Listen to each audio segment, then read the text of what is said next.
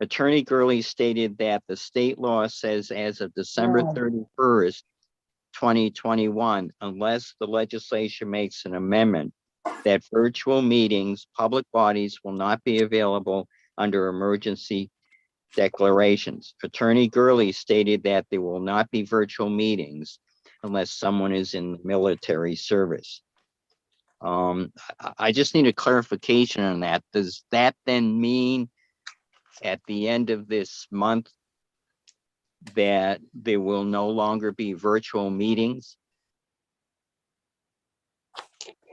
As it stands now, that is correct, that virtual meetings, per the Open Meetings Act, will not be allowed.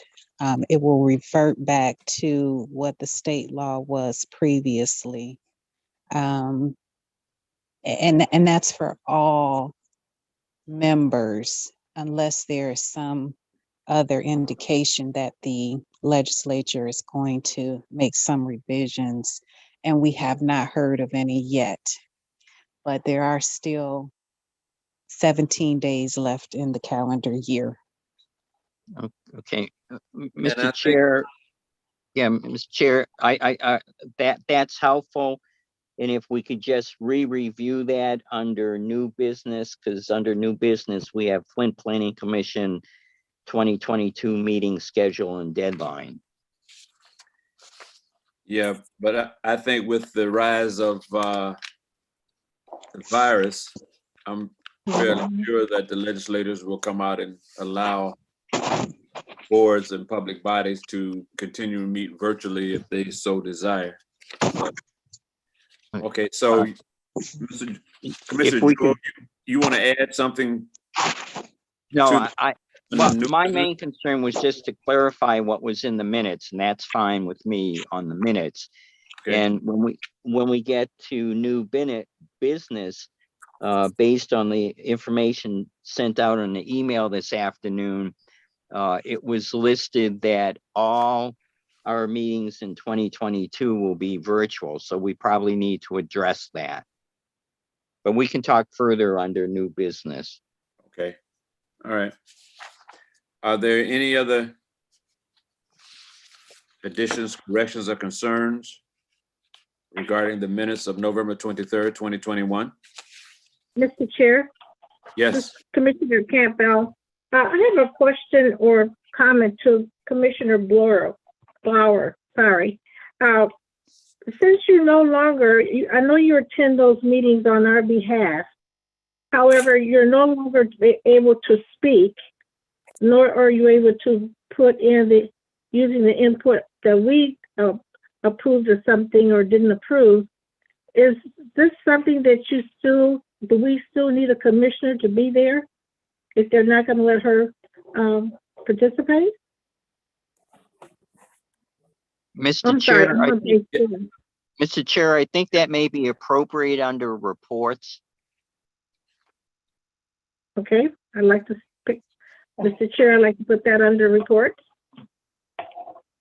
Okay. As part of the ZBA report. Yes.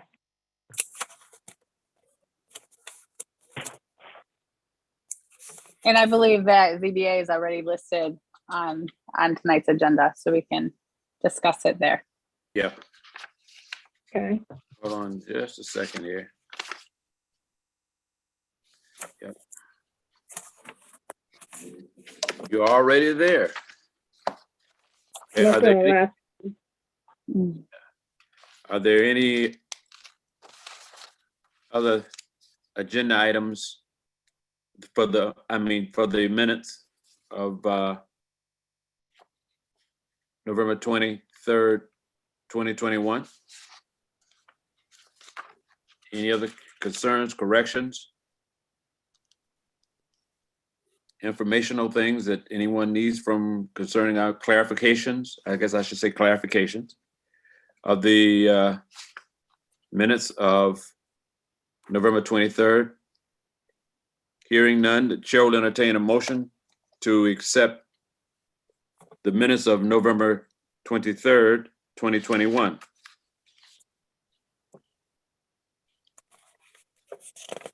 Mr. Chair, Yes. Commissioner Campbell, well, I'd like to put forth the motion that we accept the minutes from November 14th with additional corrections.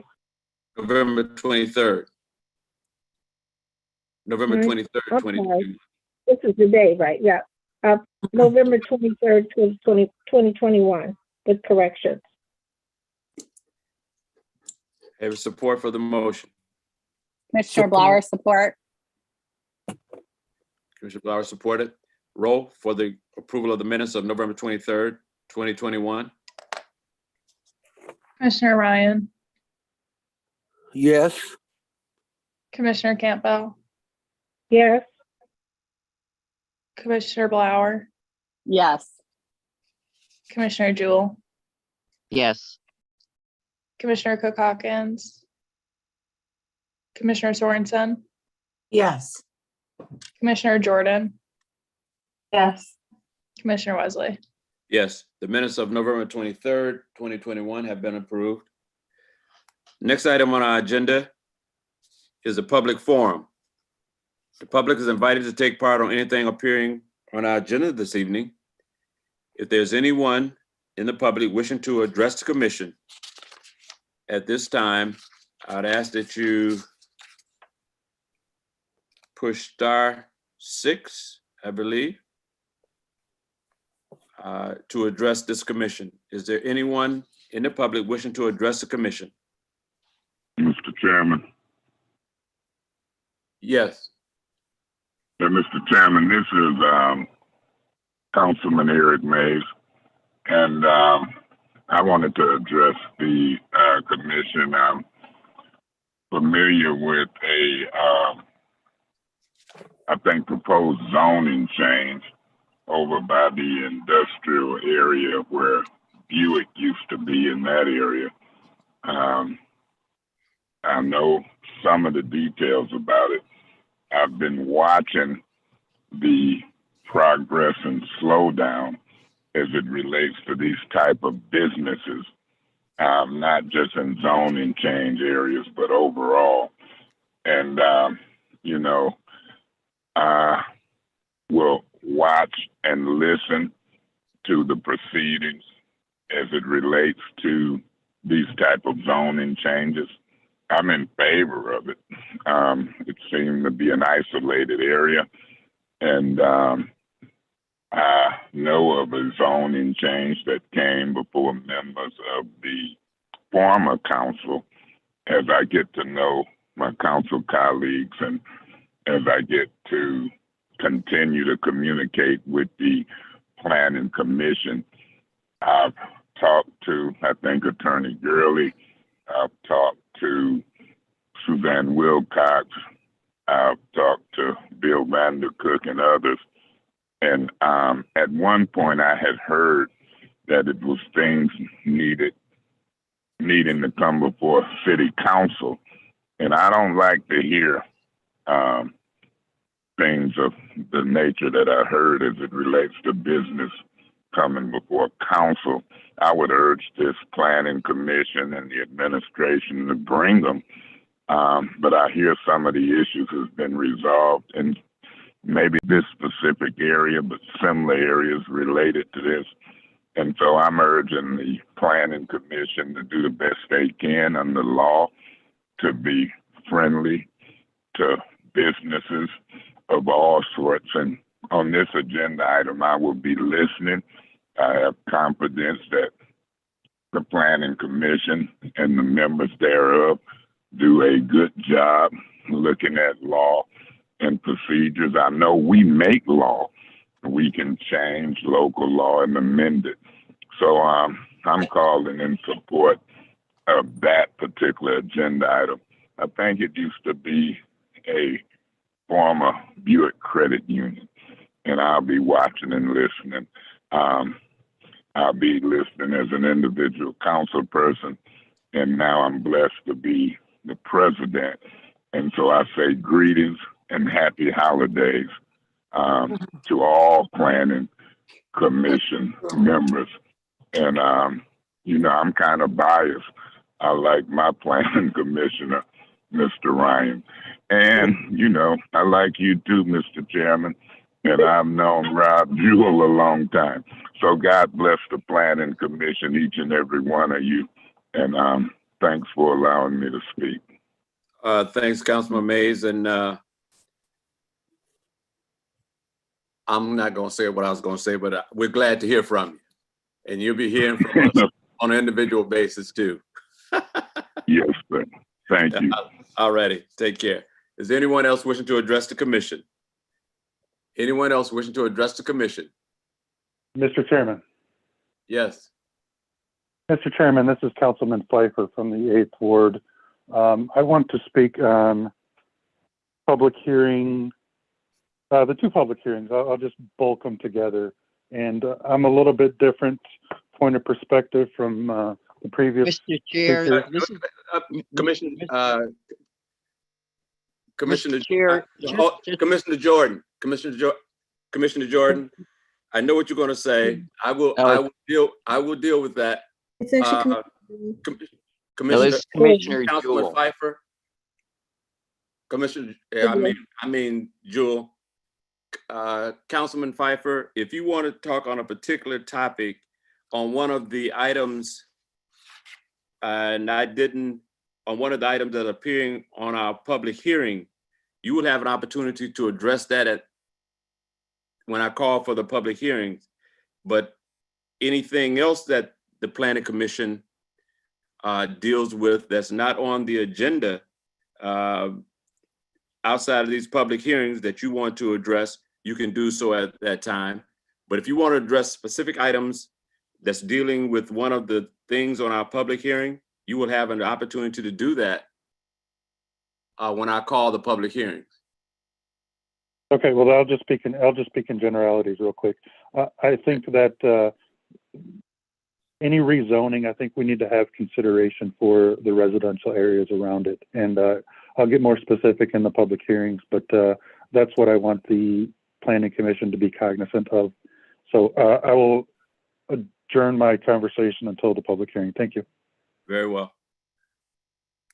You know, and I'm glad to hear the council people are listening in, because we got some work to do. So I'm glad to have you guys aboard. Councilman Pfeiffer and Councilman Mays. Anyone else wishing to address the commission? Anyone else wishing to address the commission?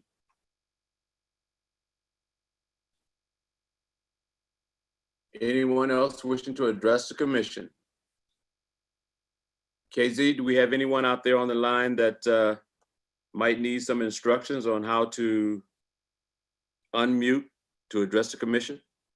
Yeah, I see two numbers ending in 130 and another number ending in 505. To unmute your phone, it'll be *6. Okay, I was just wondering, hoping that wasn't the two council people that were on the line. No, I have them labeled. Okay, very well. So anyone else wishing to address the commission? Anyone else wishing to address the commission? That portion of the public forum is now closed.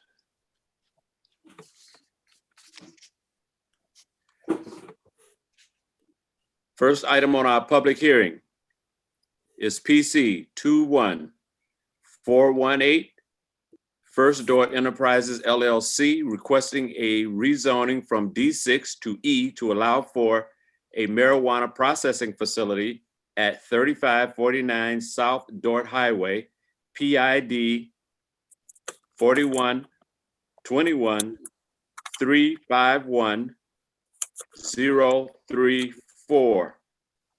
Are the applicants present? Yes. I'm sorry, can you hear me? I think I heard a yes for the Yes. being the applicant present. At that, before we hear from the applicant, we're going to hear from the zoning administrator, or is it Mr. Christensen? It will be the zoning coordinator, Bill Vandercook. Okay, Bill, You're on. Thank you, Chairman Wesley. Regarding the subject property PC 21418, First Order Enterprises LLC, Michigan Organic Solution, DBA, request of rezoning from D6 to E at 3549 South Dort Highway, PID 4121251034. The existing land use patterns around the property to the north, east, south, and west are all commercial. The existing zoning patterns around the subject property to the north, east, south, and west are all D6. The analysis. The applicant, First Order Enterprise LLC, Michigan Organic Solution, DBA, requests a rezoning from D6 to E at 3549 South Dort Highway. The applicant intends to use the property for a marijuana processing facility. This parcel is zoned city corridor in the draft zoning ordinance, and the land use classified is city corridor in the master plan. The CC City Corridor District in the master plan is described as an area of the city that accommodates a wide range of commercial and institutional uses strung along Flint's major roadways. These uses include retail, service, and employment-related uses typical along city corridors. More specifically, this designation is intended to host a range of commercial uses of varying types and intensities, including commercial uses that serve and draw customers from a larger region, including grocery stores and large format retailers. Smaller commercials can also be located along the city corridor as standalone uses. This appears to be incompatible with the request to rezone this parcel from a commercial zone to an industrial zone. The master plan intends to preserve this area for commercial activity and possibly expand the commercial offerings. Rezoning this parcel to E would be moving away from the vision of the master plan. The E district would be out of the character for the area and could be considered spot zoning. Approval of this rezoning would bring the parcel out of compliance with the master plan. Thank you, Commissioner Wesley.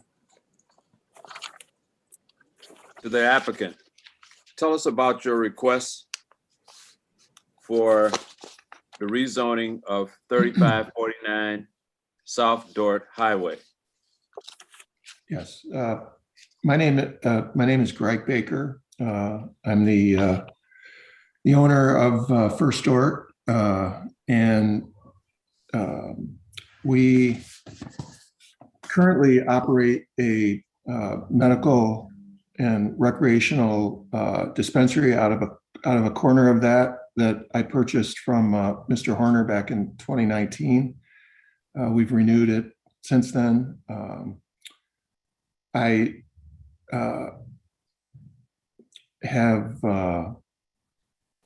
what we were planning on doing here is essentially putting a processing center into what used to be the bingo hall in the back of this facility. And the processing center, in essence, is primarily a large commercial kitchen. Other cities in the state of Michigan allow processing in commercial zones. In essence, again, it's primarily just a large commercial kitchen. We are not planning on changing the outside of the building. We would anticipate that we would have about 50 to 75 employees at this site. There would be no disruption to our neighbors. To the one side of our neighbor is an Arby's, and then to the other is the Machine Shop, which is a entertainment venue. We've got letters of support. Behind us is a manufactured housing community. We have 10 letters of support from the housing community. We have a letter of support from the Machine Shop. And then on the other side is an Arby's. There are a number of E-zone properties within a mile on this Dort Highway that have been left over from the past. And I feel like this would actually be a win-win for the city. they'd get a number of very good jobs, paying jobs. We would keep the dispensary in that location. And it would allow us to, in essence, improve a facility that's mostly empty today. I did bring my team today. I have my architect here, George Ananuk, and my engineer, Jim Traubergen, Ben Horner, who's a consultant. And then I did bring my assistant manager of our processing facility. And I, again, with other cities and the state allowing this in other places, we felt that this was not a far out ask, so to speak. Like I said, turn it back to you, sir. Okay. Questions from the commission to the applicant?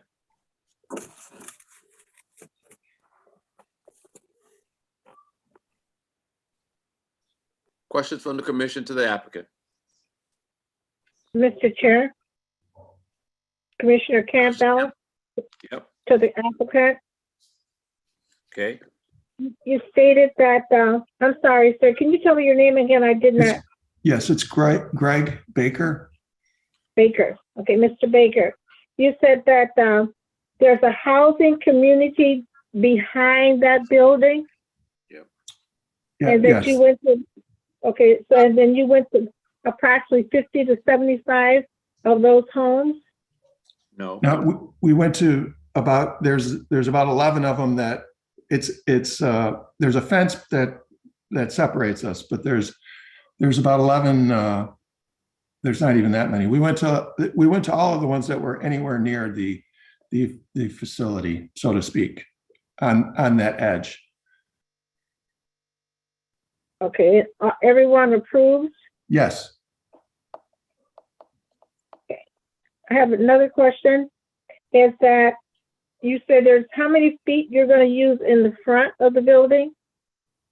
This would be, there's actually, the building is about 28,000 square feet. And in the back of the building, it would actually be in the very back of the building. It used to be a bingo hall. And there's, I'm going to be close. Call it 9,000 square feet in the back of that building. And that's where we would put this commercial kitchen / processing center.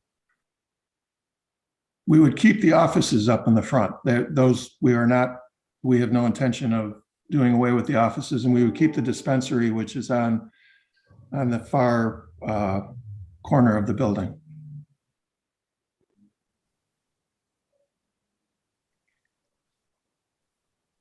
Thank you. Any other questions from the Mr. Baker, commission? yeah, Mr. Chair, I'd like to ask the applicant, please, Mr. Baker, do you have other tenants in this building at this point? We do. We have 2 tenants up in the front in the office section. And then obviously the dispensary is us.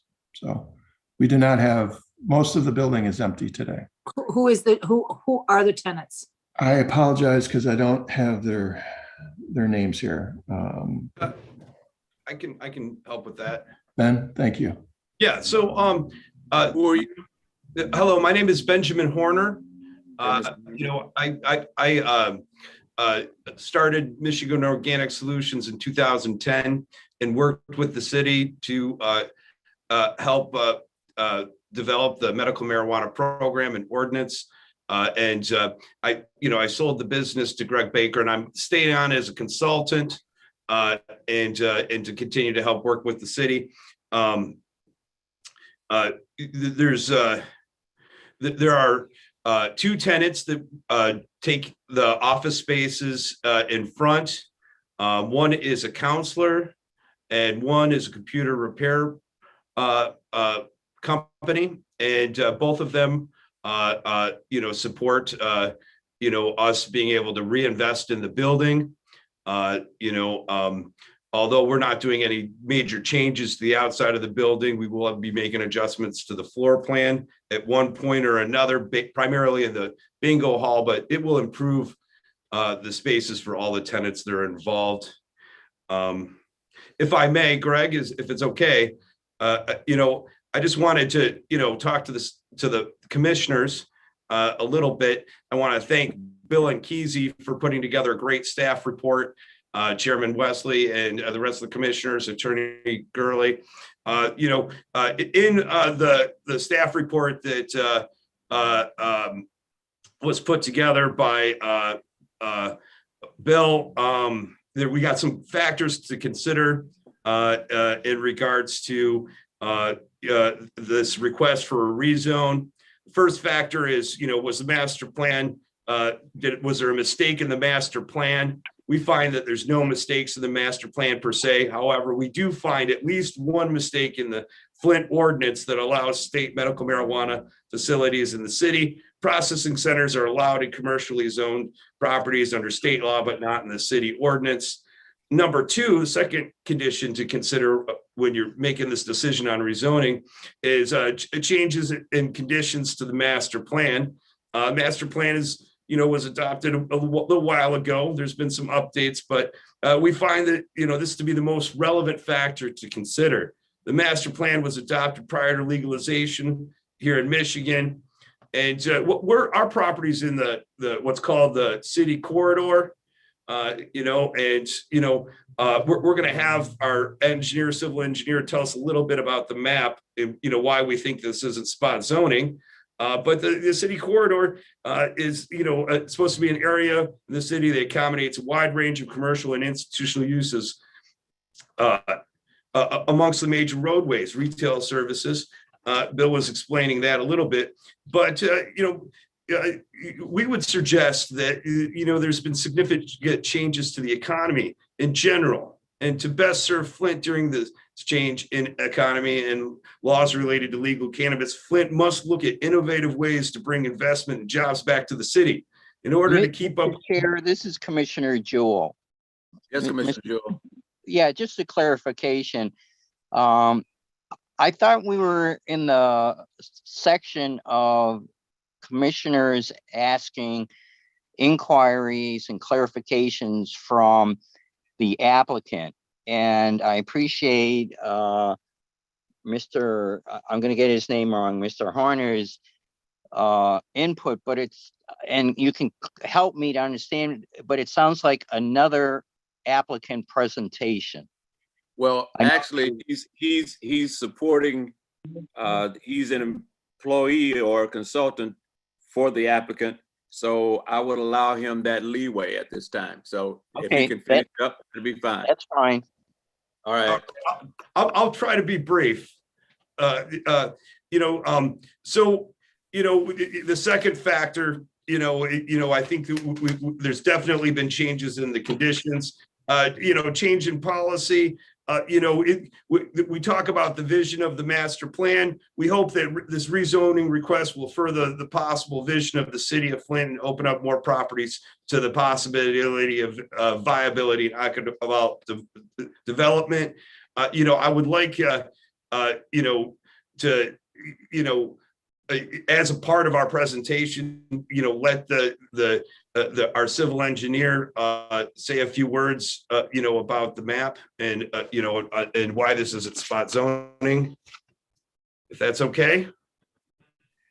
Go ahead. But after Mr. Baker had spoken, he could have opened it up to let you other guys speak, but go ahead for the civil engineer if you want to deal with it.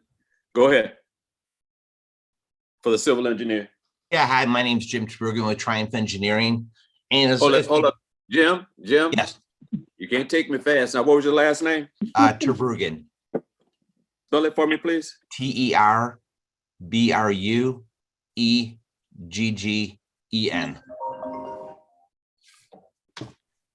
Thanks for that, the spelling of that. So, go ahead, Tim.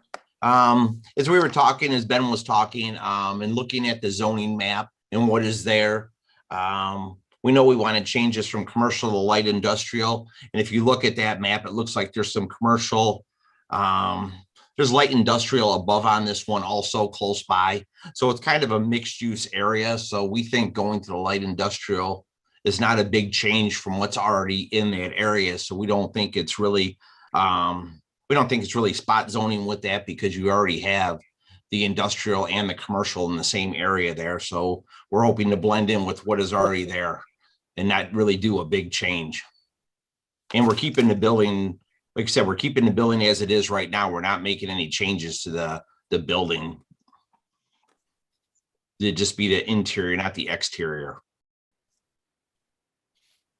Okay. Okay. All right. Commissioner Ryan. Okay, Commissioner Ryan, you have a question to the applicant? Yes. Okay.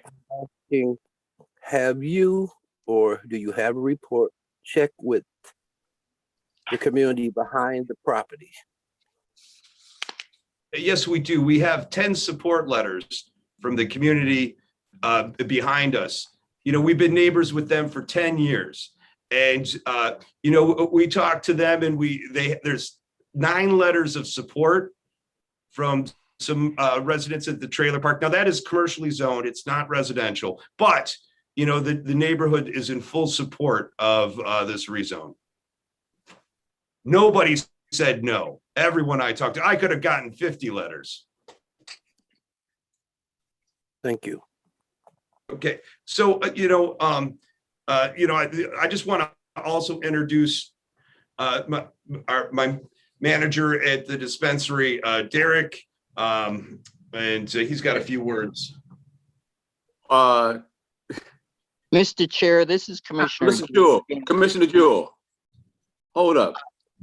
I know it's your discretion, but I'm raising the question. Mr. Jewell, if you hold up for a second, I think I can deal with this. Okay. To the applicant, you've spoken. I've had your civil engineer speak. Now we're going to have questions from the commission to the applicant. Okay. Yes, sir. All righty. Very well. Any other questions from the commission to the applicant? Mr. Chair. Yes, Commissioner Sorensen. Yes, please. I have a couple questions here. I believe it was the civil engineer that was talking about it was going to be light industrial, but in their application they're talking heavy commercial. Is that synonymous with one another? I mean, it doesn't. Can you explain that? Why we're talking? We're verbalizing light industrial, but we have presented an application that uses the term heavy commercial. And if you could tell me what industrial remains in that area at this point. I know Hamidy's had a warehouse over there many years ago that is obviously no longer operating. So I just would like some input as to what's going on over there. I know that sometimes the outside of the buildings are nondescript and we really don't know what's going on over there unless those things have appeared before the board. So if you could just enlighten me to that, please, Mr. Terberger, please. Yeah, it's Terbergen. Terbergen, I'm sorry. Yeah, right now it is, right now the project is actually zone commercial and they were going to industrial with it for the usage. Okay. All right, we're still not talking the same language here because I got heavy commercial and then you said light industrial. Now, didn't you just say light commercial? I want a term. I want a term that I can. Yeah, if you look on the staff planning report, you know, so we're requesting to go from D6 general and highway commercial service district to an E, which is a heavy commercial / limited manufacturing district. That's why it's considered a light industrial. Okay, because it's limited. Limited means light now? Correct. Okay, For this one. okay, All right. all right. Okay, so Sure. what industry is transpiring over there? So we're hoping to put in a medical marijuana processing facility. We would be making edibles and packaging edibles and distributing them around the state. Right now, we're a retail location. We've got to, send our money out of the Flint area. Instead of doing that, we would be exporting products to other licensed facility around the states.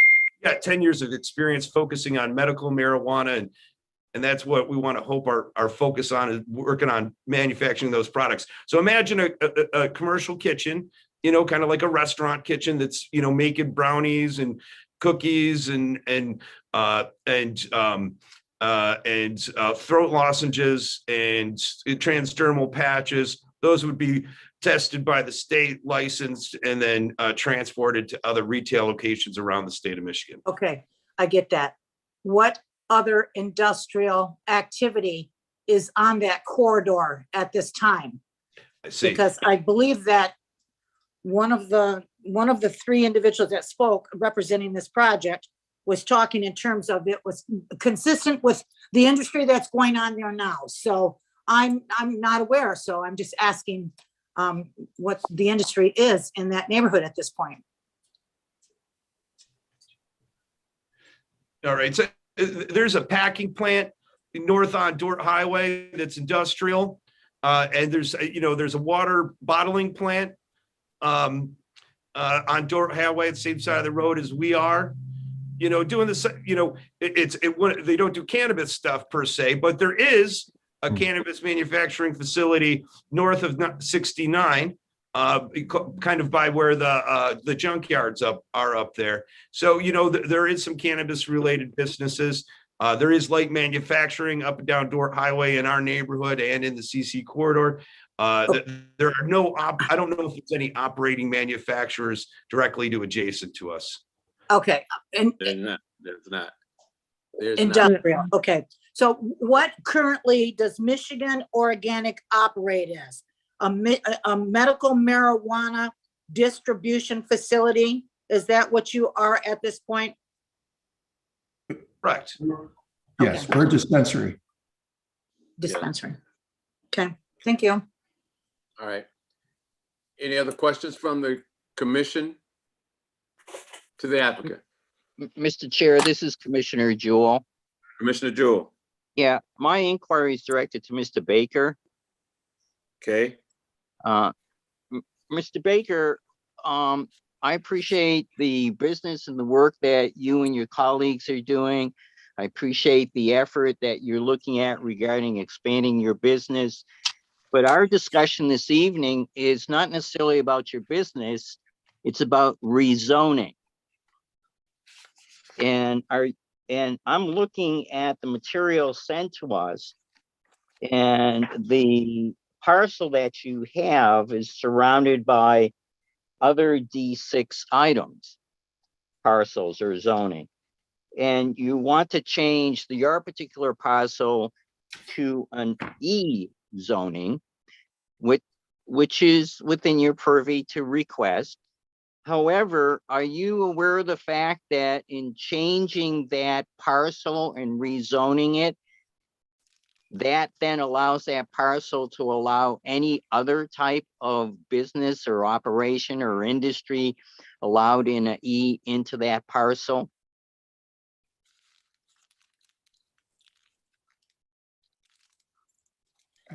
I did not know that, but our intent is to have a processing center at that specific location.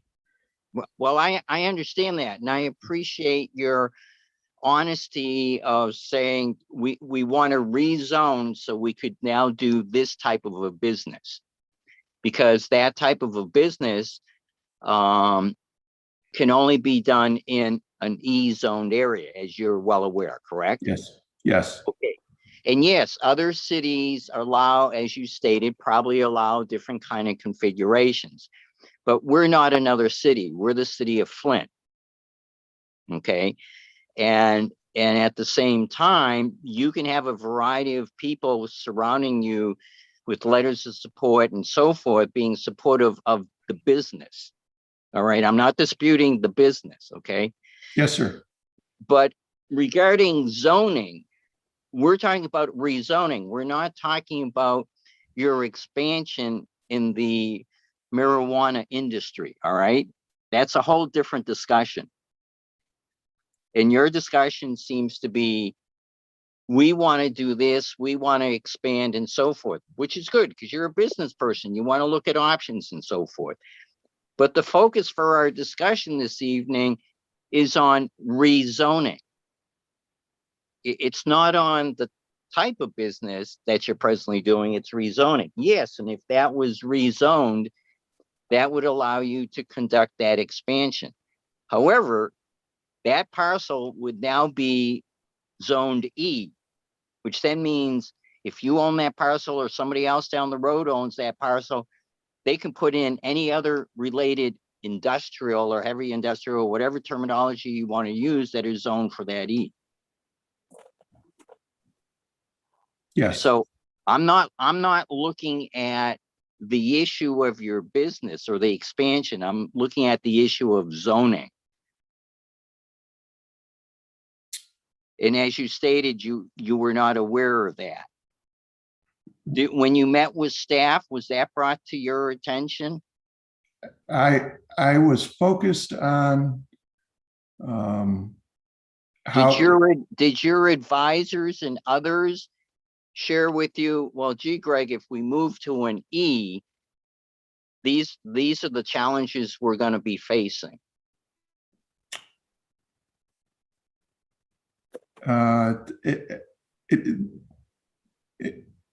Did they share that we'd have challenges? Yes, they shared that this was not a done deal. That is correct. Well, Yeah. well, we're not talking about done deals. I mean, No, I understand. They said that this would be an uphill. Yeah. Your issue is to expand your business. Correct. Correct. Yep. There's nothing wrong with that. That's part of business. Right. But communities that are zoned set aside different kind of arenas and areas for different types of business. Yes. So I have to make my decision not on your business, but on the zoning. Does that make sense? Yes. Yep. Because if other businesses said, well, if we can do this and if we can do that, for example, as public knowledge, a business several months ago approached and wanted to rezone a parcel of land in downtown Flint.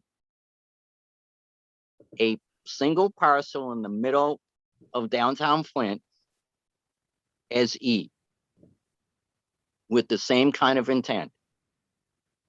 And part of the discussion was to take a look at the application seemed to be that of promoting a marijuana business versus focusing on rezoning.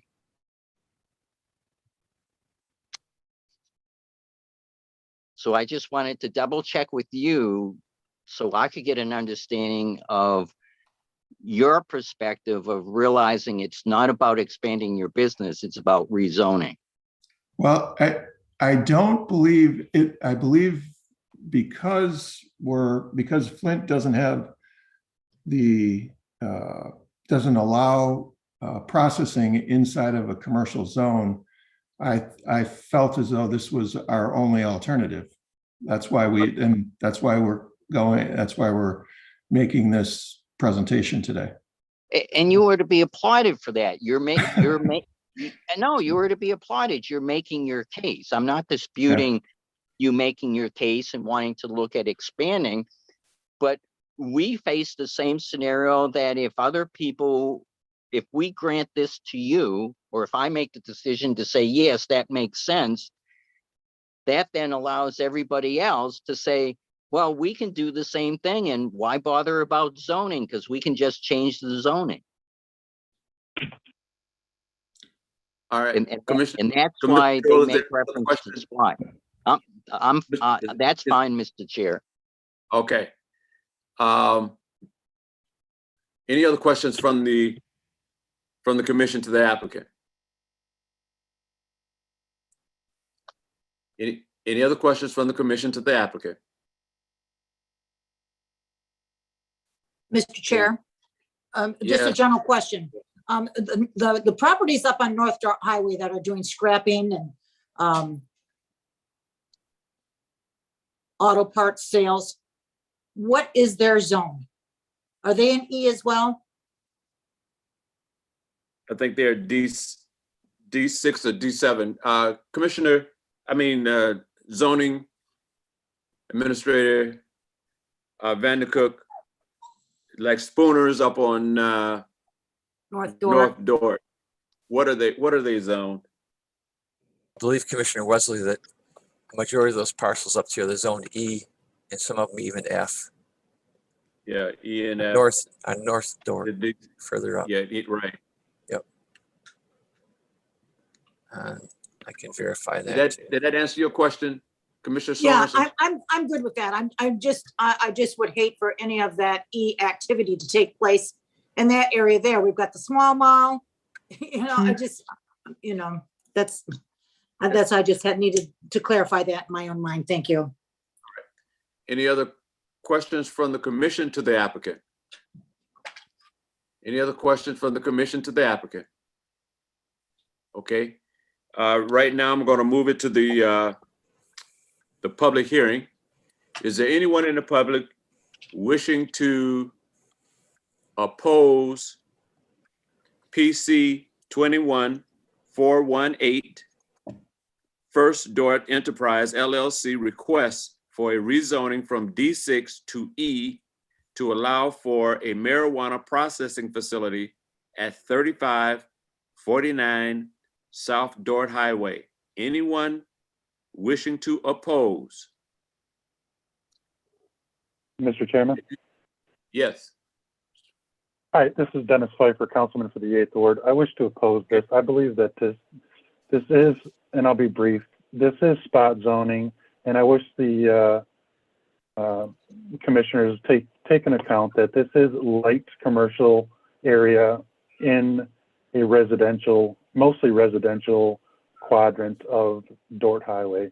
While they got 10 or so letters of support from the mobile home park behind them, the mobile home park consists of over 150 residences. So I would just implore this body to take into account and the residential or areas around there, and putting this zone E opens it up to a vast array of issues, and the residents around there are already low income in the mobile home park, and they shouldn't be subject to additional obstacles in their neighborhood. So I'll wrap it up with that, and I appreciate your time. Thank you.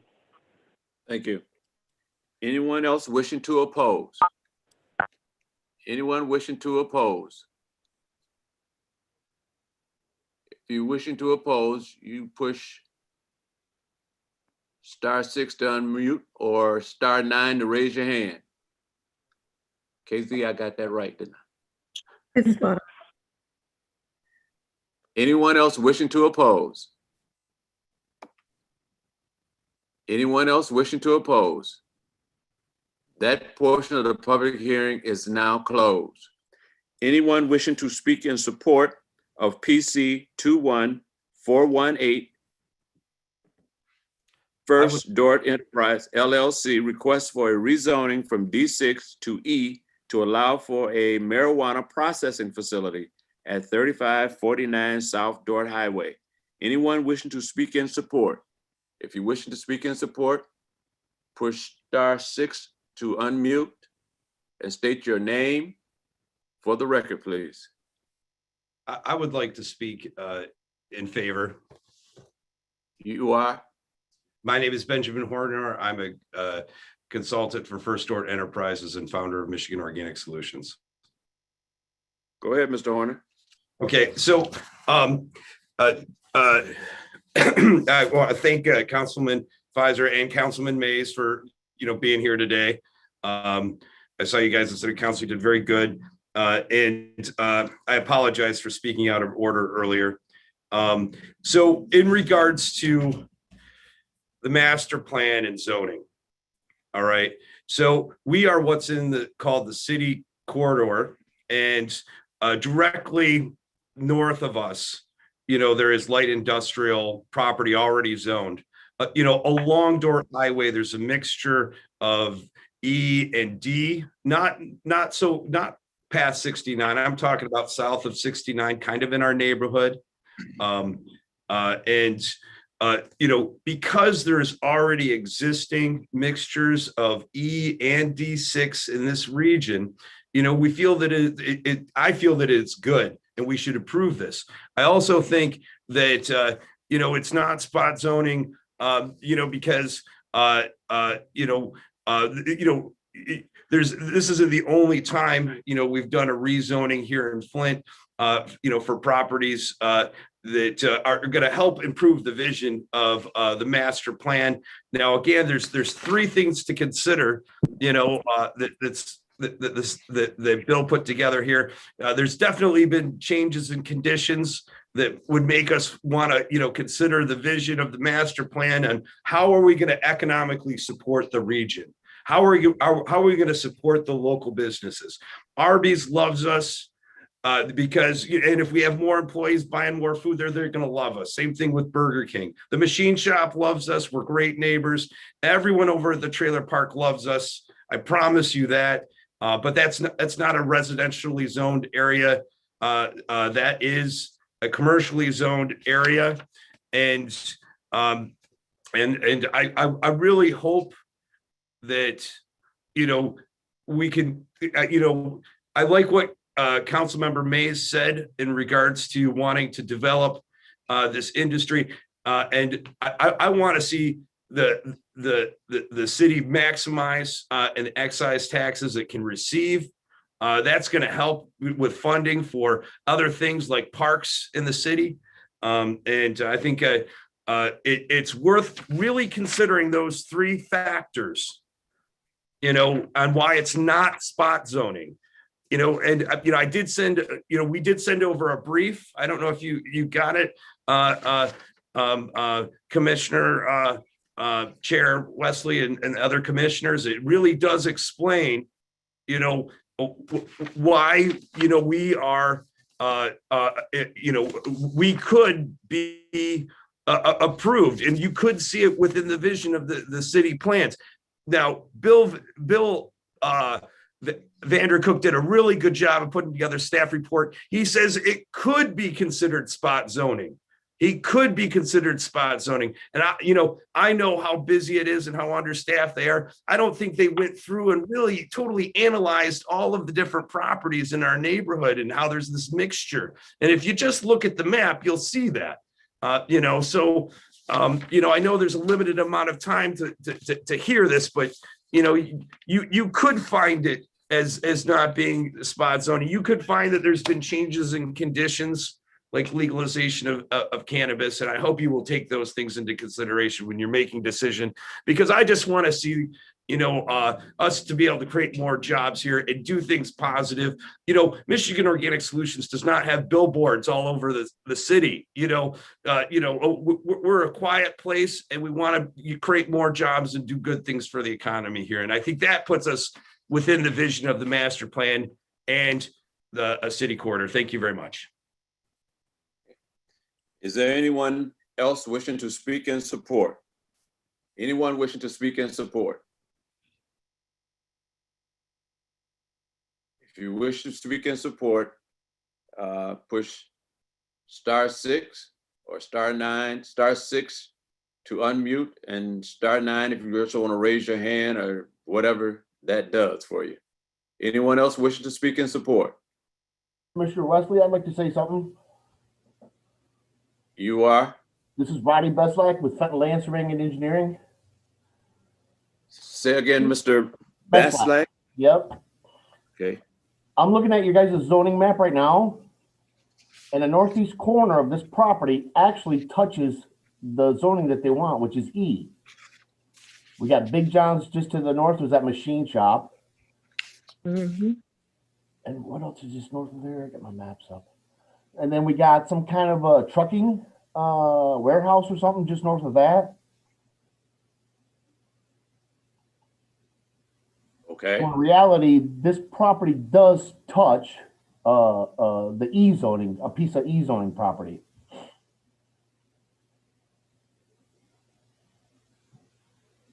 all right, is that, Wanted to make is that that okay? point. That's all? Yep, that's all I wanted to say. That actually touches a piece of property that exists, that is existing E zoning. Let me see. Your first name again was Roddy. Rowdy? Rowdy, yeah. I know a Rowdy, I think. You haven't seen me in a minute, but yes, you do. Hush, Rowdy. I know Oh, you. Anyone else wish to speak in support? Yes, my name is, hello, how's everyone doing? My name is Derek Walton, and I'm a manager over at Michigan Organic Solutions. Okay, Derek. How's everyone doing? Good, sir. Yeah, I'm fully in support of this move because there's definitely a need of jobs, you know, in the Flint area. And I will be the production manager over at the processing center once it's approved. And my ultimate goal is to hire at least 50 to 100 people to run this facility for us, you know, to create more jobs around here and to, you know, just make everything work, you know. And I'm in full support. I've been working here for about 2 or 3 years, and I've seen the progress. I've seen the ups and downs and the progress, and I've seen things around the Flint area that needs to be, you know, jobs, because we're scarce around here as far as jobs go, and we could be put in a position to, you know, hire some of these people off of the, you know, for our facilities and everything like that. I'm really in tune with helping out, doing with, you have to excuse me, nervous a little bit on here. But anyway, I'm really affiliated with my brother's keeper. I'll get locals to come help prep the area. I've already hired some people to come prep the areas for our opening of this processing center.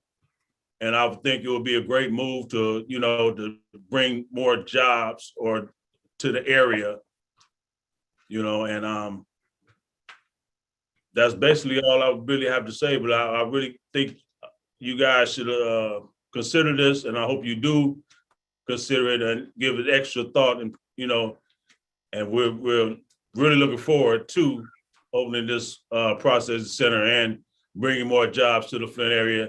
And as far as the trailer park goes, we have, like Ben said, we have 10 to 15 petitions as far as fully support of it, you know, and there's nothing hindering that as far as, you know,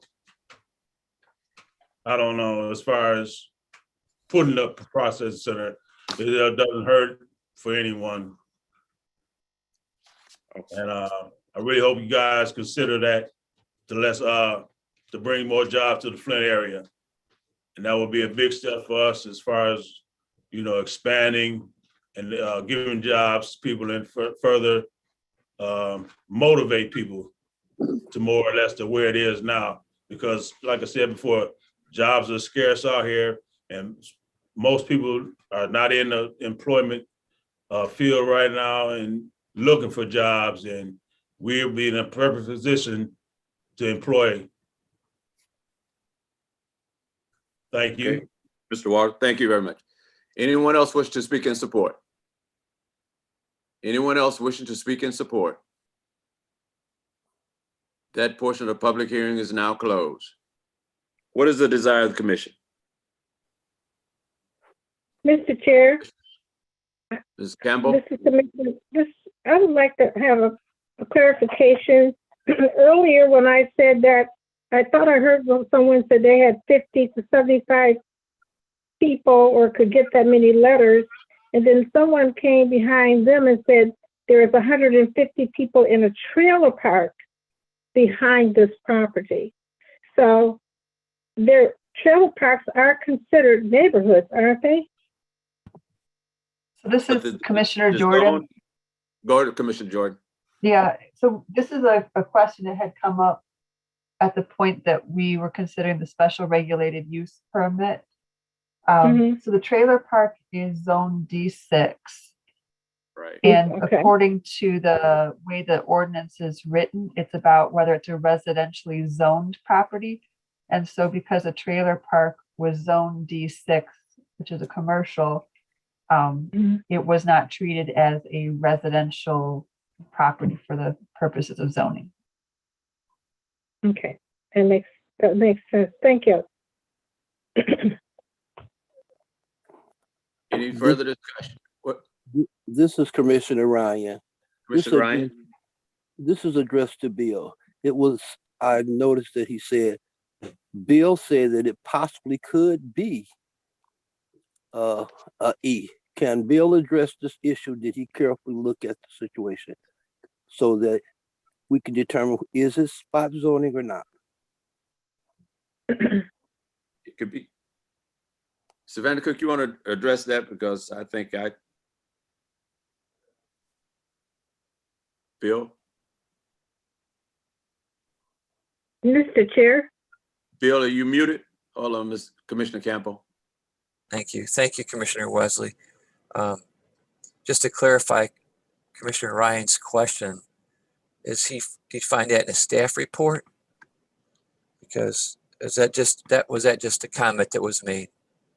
Exactly. He's talking about the staff report. Says rezoning this parcel to E would be moving away from the vision of the master plan. This district would be out of character in this area. Where is that? Could be spot zoning. That was a piece in your staff report. I think it's in that last paragraph down there. It's the last sentence. Last. Yeah. Is Yeah, that the E district would be out of character for the area and would be considered spot zoning. I would stand by that. All right, thank you very much. Any other discussion?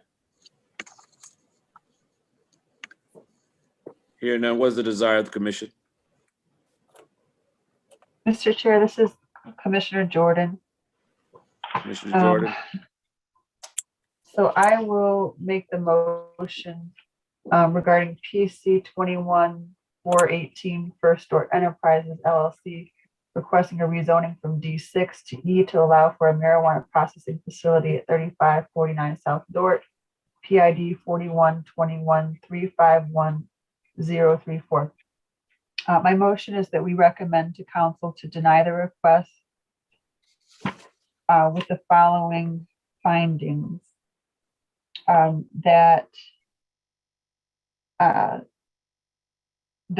it is surrounded by D6, and so that could be considered spot zoning. And importantly, it's incompatible with the future land use plan. The future land use for that area is to maintain it as commercial and not to have it be light industrial. Further noting that rezoning does stay with the property, and as was just noted, there is although it's a residential use adjoining the property in question with the trailer park, it is not residentially zoned. And so there are several potentially incompatible uses that if this zoning change were to be approved, could potentially impact that trailer park community. For example, uses that would be permissible under E, either by this property owner or at some future point they sold to whomever, foundries, welding shops, various other light manufacturing such as sheet metal production, appliance production. Those are just some of the examples from the ordinances that currently stand. I would like to also note two things though. First, I do very much appreciate that the applicant has made efforts to reach out to neighbors. I have no reason to think that they've been anything other than, good and reliable partners for the folks there. Again, this is not a question of just this particular business, but whether to allow any and all of the businesses that would be permitted under E designation. And then the other thing I want to note is that it may be that other cities do allow processing in commercial areas. The city of Flint does not currently. That is something that if it were to be changed, would have to be changed with the ordinance in terms of getting our zoning code adopted and then taking up amendments to the marijuana code. So if that's something that the applicant believes ought to be changed, that's something that would have to be addressed in the local ordinance and not something that I think the planning commission is in a position to act on tonight. Thank you. Here's support for the motion. Commissioner Blauer, Campbell, support. Okay, it was two folks. I got Commissioner Blauer loud and clear, and I think I heard Commissioner Campbell that was there Correct. too. Commissioner Blauer, Yes, sir. okay. I think I heard you louder. You were support of the motion. I was in support of the motion. The motion's been moved and properly supported. Discussion? I guess I'll lead the discussion off if there's no one else. Mr. Chair, Yes. Commissioner Jewell, I think it's important for us to re-clarify and for the applicant to be aware that they are to be complimented for looking at the expansion of their business, taking a look at how to look at economic related issues. However, the item that's before us is regarding rezoning. It's not necessarily on their particular business per se. And again, I think the findings outline the specific related issues concerning the dynamics of rezoning a parcel. Okay. If I could just say something, I just want to, This is Mr. Baker? yes, sir. No, sir, Mr. Baker, you can't say anything right now. Sorry. Okay. This is part of the discussion with the Yes. commissioner. Sorry. What I was going to say, even if this matter goes before council and somehow the zoning gets changed that allow for E in a particular area in commercial zone areas, if it's spot zoning, the council cannot change spot zoning. It's a state issue to change, and this would be considered spot zoning. And I applaud the applicants in their efforts also, because it would, I guess, bring jobs to the area, but it'll also bring strife, because zoning stays with the property, not with the individual. And that's my conversation. Anybody else want to, any further discussion before I call for the vote?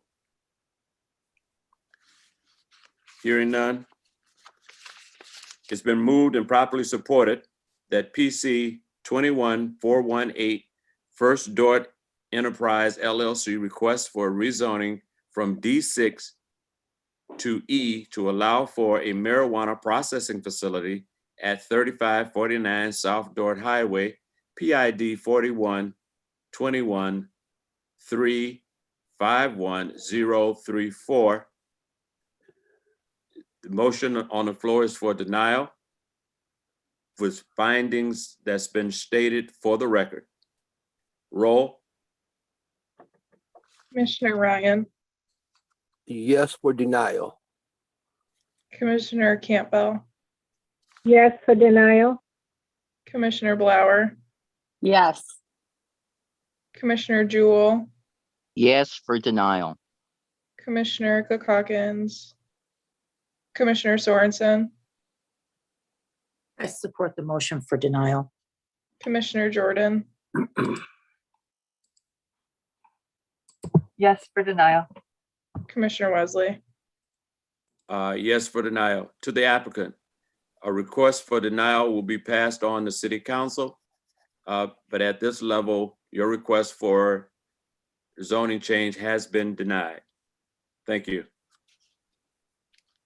Thank you very much. I appreciate your consideration. Next Yeah, item yeah. on our agenda is PC 21419, Darien Dado request for rezoning for D6 to E to allow for a Michigan facility at 3801 West Boulevard Drive, PID 4732311018. Is the applicant present? Yes. Okay. Before I hear from the applicant, we'll hear from the zoning administrator, Mr. Vandercook, staff report on this request. Thank you, Commissioner Wesley. Regarding PC 21419, Darren Data request a rezoning from D6 to E to allow for a marijuana facility at 3801 West Boulevard Drive, PID 4732311018. The existing land use patterns to the north is vacant. To the east is the Flint River. There's a small strip of property next to that very small sliver that is zoned A2. South is the Flint River. Again, a very small sliver zoned A2. And then to the west is I-475 right of way. Existing zoning patterns to the north, D6 General Highway Commercial Service District. To the east, A2 Single Family Medium Density District. To the south, A2 Single Family Medium District. And to the west, I-475. The analysis. The applicant, Darren Data, requests a rezoning from D6 to E at 3801 West Boulevard Drive. The applicant intends to use the property for a marijuana facility. This parcel is zoned city corridor in a draft zoning ordinance, and the land use is classified as city corridor in the master plan. When weighing the appropriateness of the rezoning request, the most critical factor is conformity with the master plan. Overall, this request appears to bring the parcel out of compliance with the master plan.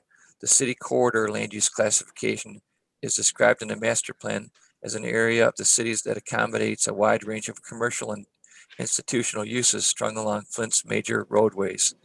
This classification is intended to host a range of commercial uses from varying types of intensities, including commercial uses that serve and draw customers from a larger region, including grocery stores and large format retailers. Although there is no direct one-to-one correlation between the current zoning districts, the master plan's proposed districts, the D6 districts, appear to be more consistent with the vision for the city corridor land use classification than the proposed E zoning district. The D6 district is described in the zoning ordinance as intended to accommodate primarily those establishments offering accommodations, supplies or services to motorists, and certain specialized uses, retail outlets, repair services, establishments, which although servicing the entire city or a major section thereof do not customarily locate in a central business district or in a community business district. The E district is described in the zoning ordinance as intended to accommodate a heavy commercial and certain light manufacturing uses, which are generally incompatible with uses appropriate in the retail business district, but which do not warrant an exclusive industrial classification. Thereby, the nearby parcels zoned industrial, nearby parcel zone industrial. The nearest parcel to the west, located across I-475, is Zone G, heavy manufacturing. The parcel is well buffered from other properties due to its location between I-475 and the Flint River. For these reasons, approval of the request rezoning would not be disruptive or inconsistent with the character of the area. Staff recommendation, approval of this rezoning will bring the parcel out of compliance with the master plan.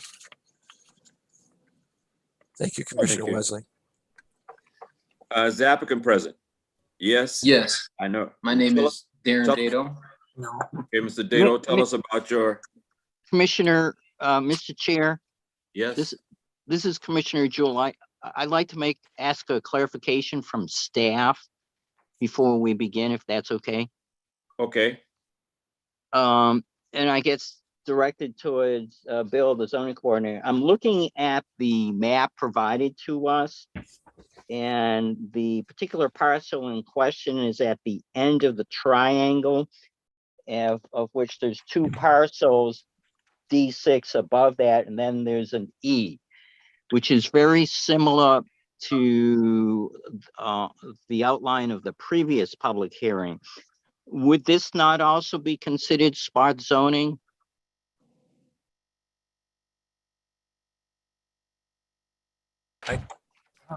I can't make that statement, Commissioner Jewell, in this case. Well, The we're- reason being is this property to the west would be contiguous to the property across I-475 that is zoned E. well, I guess I'm looking at this wrong. I think it's zone G, heavy industrial. I'm sorry, G, thank you. Yep. G, okay. Yeah, I'm sorry. But and I understand that, but I'm looking at my map where there's two parcels at the top that are E. There are two off to the side that are D and G, and then right below those two is three parcels, D6, D6, and then the one in question is also a D6. So by recommending and changing that to an E, isn't that creating a spot in there?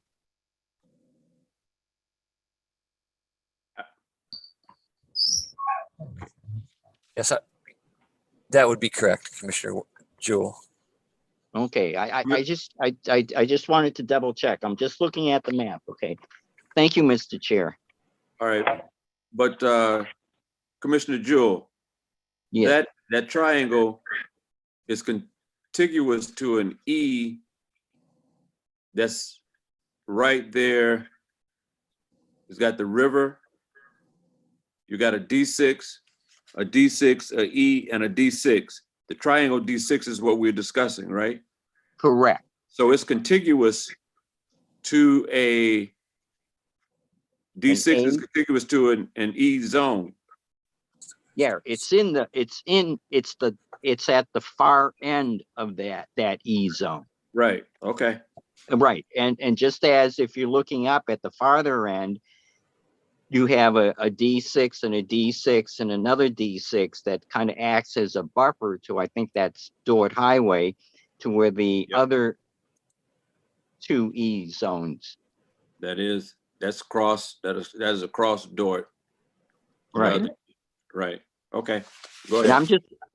I'm just raising the question from the visual perspective that the triangle, which is the parcel in question, if that were to be recommended to ease rezoning for an E, would that not fall into the concept of spot zoning?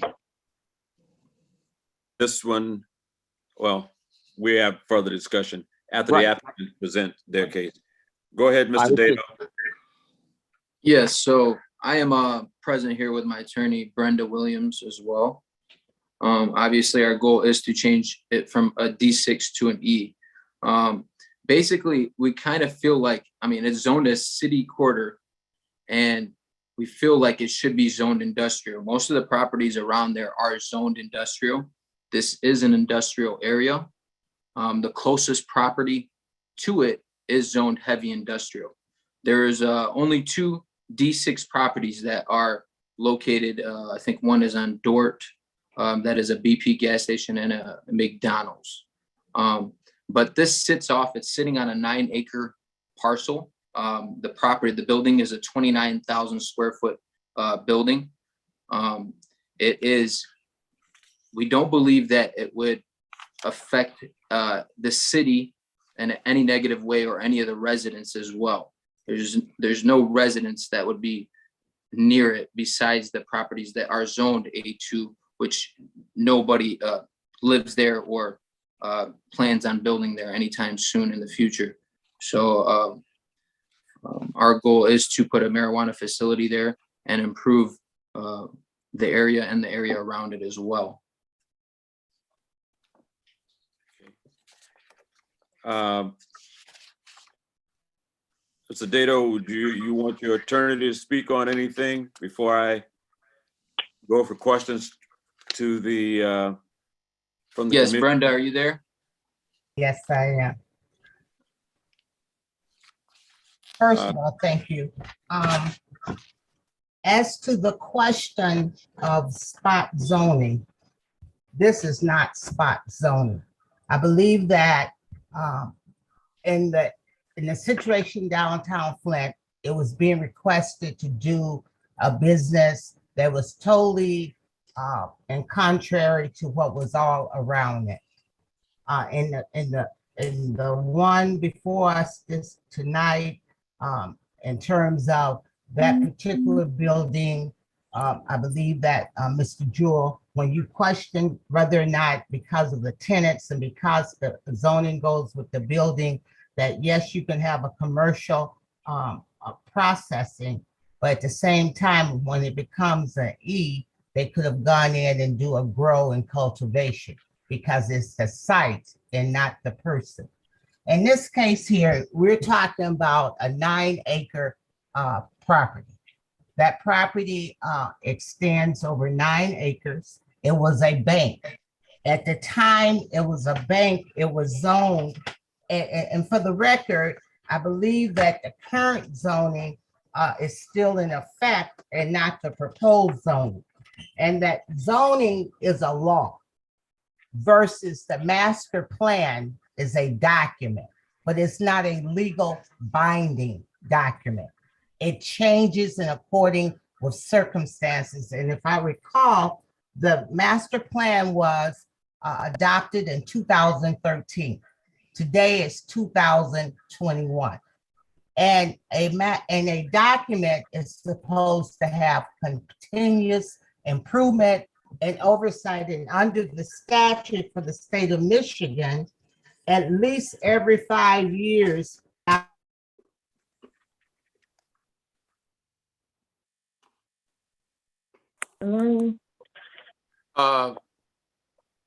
Attorney Williams, where'd you go?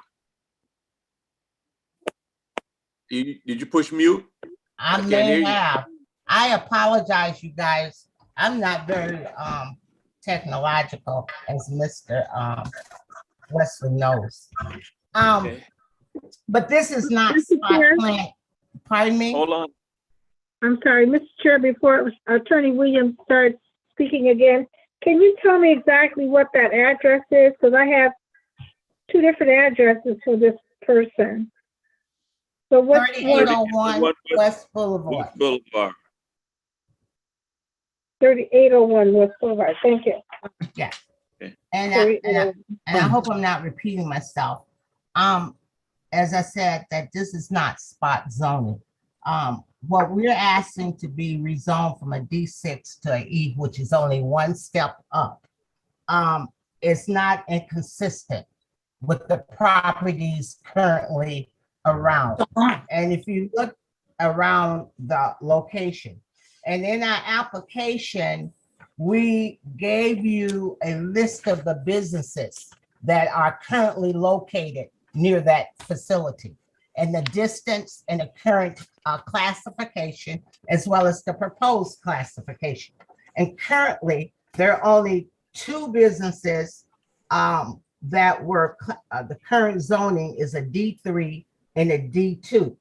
And the remaining ones, other than Greater Bible Church of God in Christ, which is designated currently zoned as a B, which is a 2-family district, all of the rest are G, E, and F.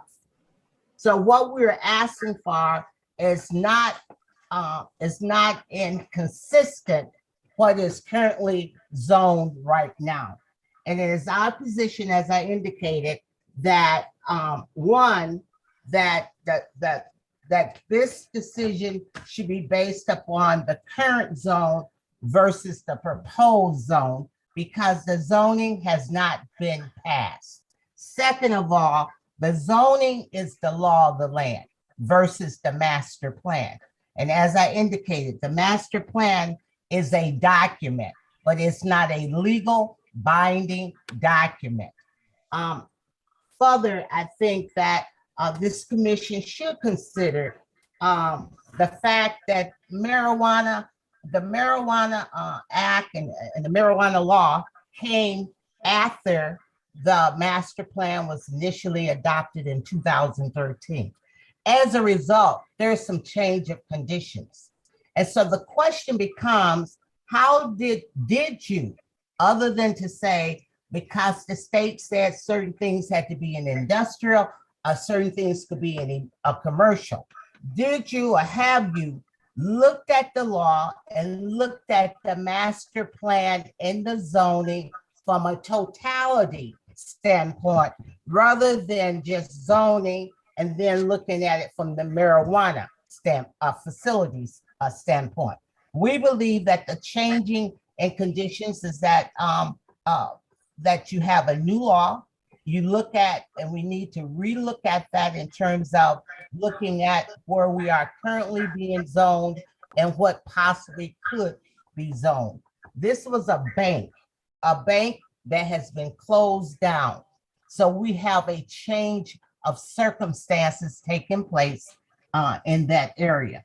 But again, what we're requesting today under the current zoning law or policies that has been done in the past is that what we're requesting does not fall outside against what is already in existence in that particular geographic area. So it is our request, and again, for the sake of Councilman Pfeiffer, there are no houses around there. There are no residents around there. There are only businesses around there. And there's a McDonald's behind it. There's the water plant across the street on George Highway. And when you cross from the water plant over, you have nothing in this area for about a block or 2 blocks, other than this building, the bank building. Across the street is the trail, which we know that has been exempt under this. And for the record, when Security Credit Credit Union was there, they maintained that trail across the street. And my client has agreed that, and he will even make it part of the agreement with the city or the planning commission, that he will continue the maintenance of that area, of that trail across the street, as the former tenants did when they were in location there. So for the reasoning discussed, I believe that this request does not violate any of the policies, violate any of the conditions of the master plan, of the zoning, of the current zoning law. And again, in the report, staff report, the rezoning, it was stated the rezoning would not be disruptive or inconsistent with the character of the area. And I believe that itself is should be an important element of your consideration here tonight. Thank you. Thank you, Attorney Williams, because I was almost about to cut you off. You were just talking, but you did an excellent job. To Mr. Dato, anybody else on your staff or that you wish to speak on your behalf before I open it up for the commissioners to ask for their questioning? I think that is it. Okay. To the commissioners, is there any questions to the applicant? So this is Commissioner Jordan. I had a question to the applicant. Can you verify the zoning that would be across the street from this property, that little strip between the river and your property? It looks like that is zoned A2. Is that correct? Where's my? Let me pull up the map.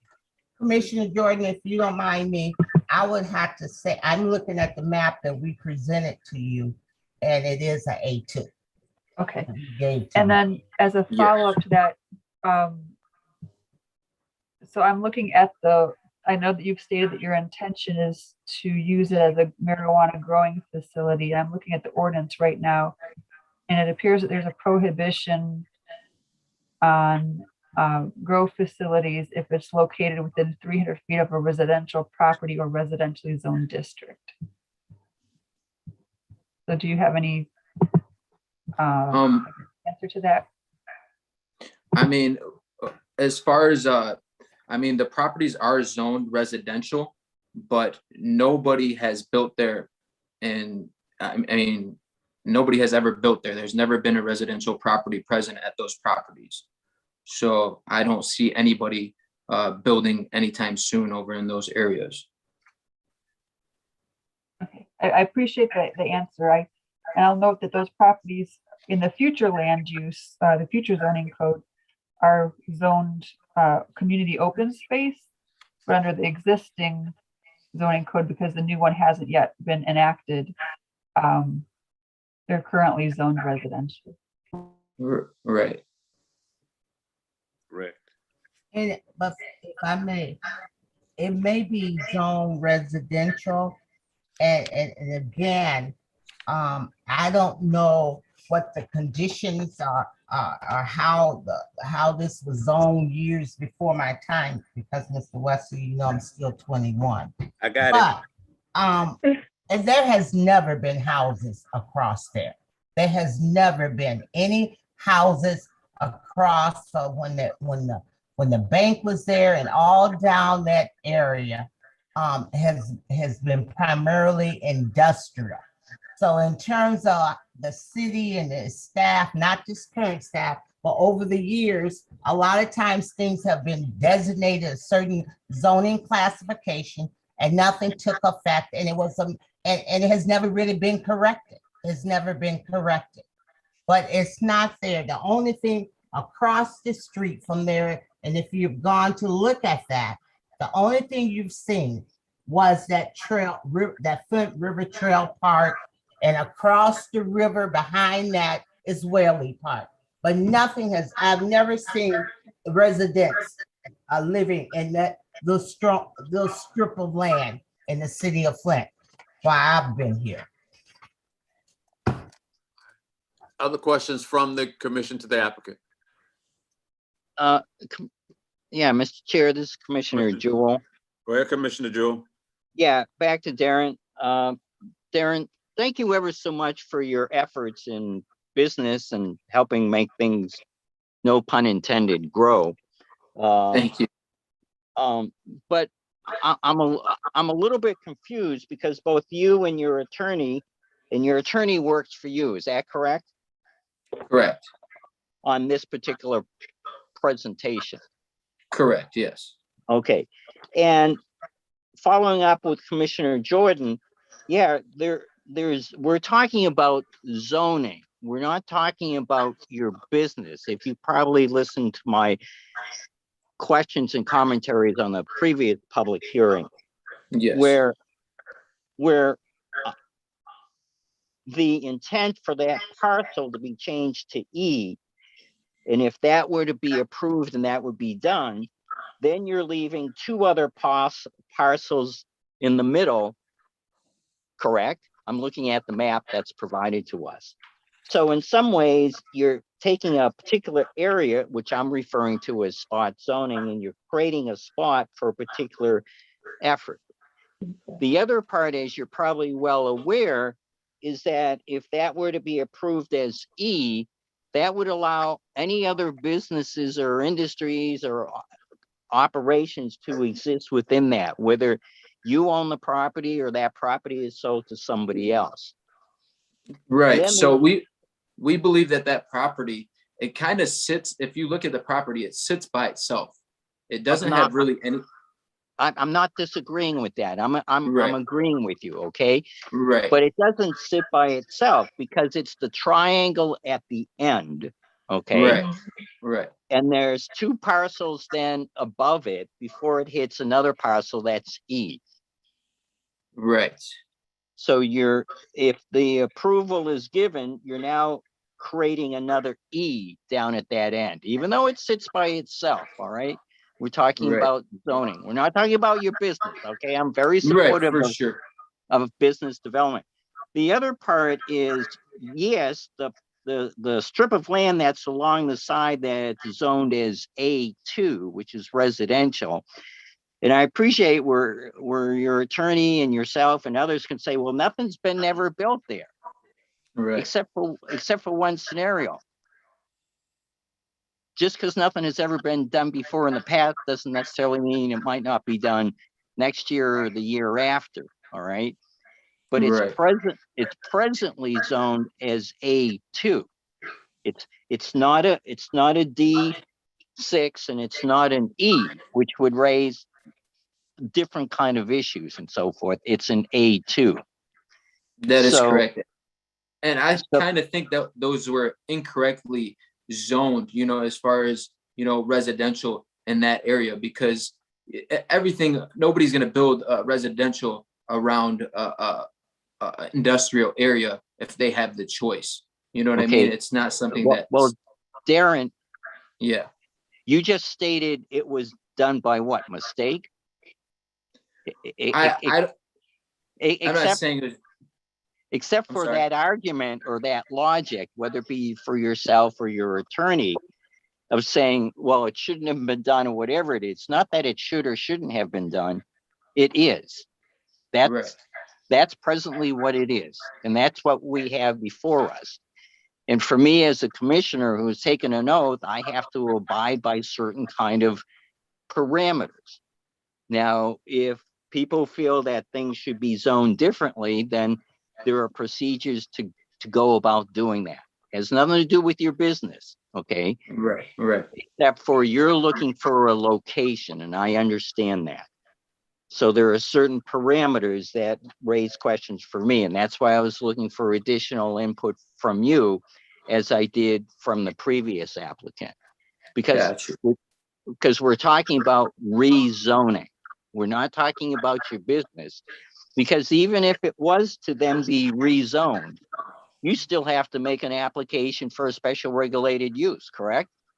Correct, yes. And then you still have to make the case that it should go in there, correct? That is absolutely correct. At which it may or may not, or may be modified, correct? Right. So we're not talking about your business. We're talking about the rezoning. Right. And that's our whole kind of point, is we just feel like the building is an industrial area. It should be an industrial area. And that's kind of where we're getting at. And the A2 area, you're absolutely correct. The A2 zoning is there and it is next to the property. But like we said, that property has never been built on, has never been built residentially or been changed. I'm not sure if it's been changed to residential or it was commercial, in the past. I'm not exactly sure. But if you look at the property, you look at the area around you, it is in an area that can be considered industrial, Okay. Darren, I can do that. I'm already looking at it and I drove by it. Right. And I'm not disputing your commentary, except for one scenario. What you're sharing is your personal view of what should or shouldn't be. That is correct. Right now, I'm looking at what is. And your attorney, Brenda, did an excellent job of talking about what is law, what is regulations, what are plans, and so forth. And the ordinances particularly lay out what zoning is presently existing. Right. That is correct. And those properties are there, those zonings are there. Right. But And So yeah, you can say nobody's done anything, but that's not the case. Commissioner Jewell, and to Darren, is there another question in there that, you know? No, I we've just, put around in that section.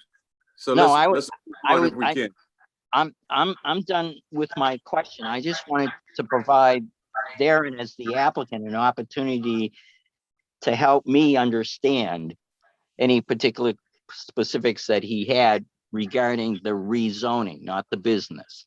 Okay, very well. Thank you. Is there any other? Commissioner Campbell? Yes, sir. Go ahead. That is, I've lived in that area all my life. When that credit union was built, it was because GM was really booming. However, that area over there used to be what they call across the track. And at that point, there was nothing but homes over there. And those homes was built there so that the people that worked at Buick could walk to Buick. Now, maybe they never got around to rezoning the area that was from that A2, but I can tell you there used to be homes over there. So again, that would be maybe one of those things that have to look at and say, well, we need to go back and rezone it, and that would have to be something done by staff. But at this particular point, there used to be homes and there used to be people living in that area because I had relatives over there. So that's my first point.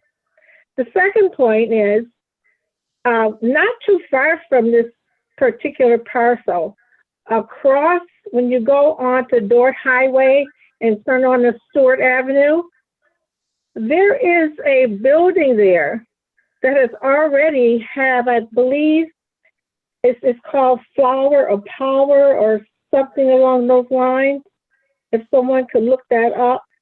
But I believe they already have, the last time they talked about it, they already had marijuana in that building. That was the purpose they said for that building, even though the building originally was owned by a church. So I guess my question would be, would they be already within the zoning? If there's already, I think, I'm sorry, Mr. Wesley, earlier we spoke about how many businesses could be in one facility. And if you go back and look at that, and it's a big sign up there, and I see it every day, coming, we're headed, we're coming. And it's supposed to be 4 different types of marijuana businesses in that one business. At least that's the way it was brought to us. Now, I think probably Councilman Jewell, Commissioner Goodell may be able to go back into his memory and pull that up about those marijuana agents, gross. I think it was all 4 of them that wanted to go in that large building because the building is large enough to have 4 different businesses in there. Well, Commissioner Campbell, I appreciate my memory and other people's ability for me to find it out. But we're not talking about those other places. We're talking about this particular parcel, and we're talking about rezoning. We're not talking about marijuana business. I understand that. But again, if zoning, how was that particular parcel zoned? But that's a different issue from the item that's before us. And if that needs to be clarified, that can be clarified for another discussion. All right. Commissioner Campbell, I just want to ask a question. You said if I go down Dort Highway and turn left onto Stewart, going back toward. If you're going north on Dort Highway, you're going to make a left onto Stewart Avenue.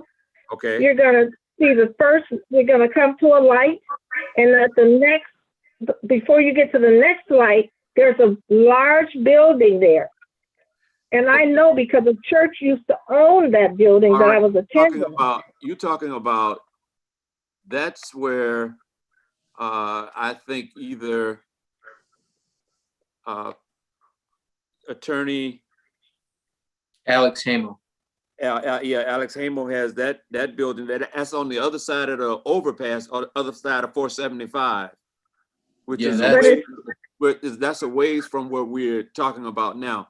And as stated earlier, we're talking about zoning of this particular property. Even if this is zoned, that wouldn't affect the zoning for that particular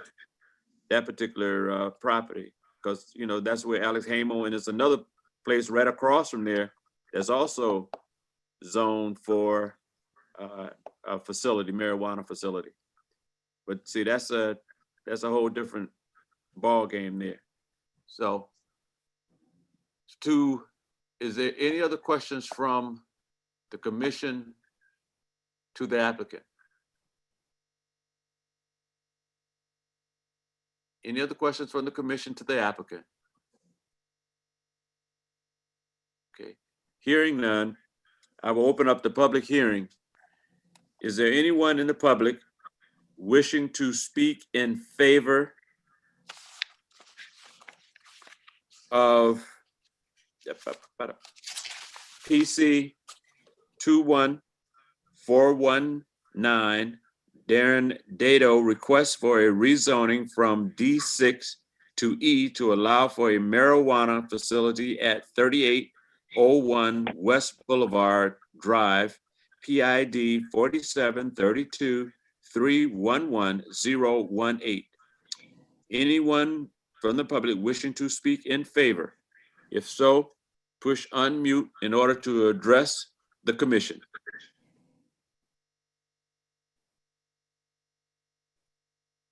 Anyone wishing to speak in favor?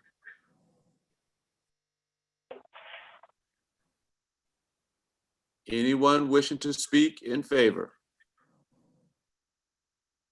Commissioner Wesley, Yes. this is Roddy Bestliker again. Okay, Mr. Baslot. I have a question for the, Why you got a question? You supposed to speak in favor or speak in favor? I guess you come out with a question, how you gonna speak in favor? Okay, I guess I'm speaking in favor. If he buys all those pieces owned by Security Federal, other than that one, that would actually tie into McDonald's and what McDonald's is currently zoned, which is E. So it'd make that whole area on that side could be E. Because you got McDonald's and then you got two vacant parcels that are owned by Security Federal and the building at the south end there. And that's all zone D6. If he bought all those parcels, then he could touch the E that's McDonald's is on, and it would make sense. We are buying all of the parcels of the security. Wait a minute. Here's what we are doing, but that's neither here nor there at this juncture. So you go speak in favor. Let's that was your favorable opinion? That is my favorable opinion, yes. Okay. Yeah. Anything else? No. Thank you. Yep. Anyone else wishing to speak in favor? Anyone else wishing to speak in favor? That portion of the public hearing is now closed. Anyone wishing to oppose? PC 21419, Darren Dado request for a rezoning from D6 to E to allow for a marijuana facility at 3801 West Boulevard Drive. Anyone wishing to oppose? If you're wishing to oppose, please push *6 in order to address the commission. Anyone wishing to oppose?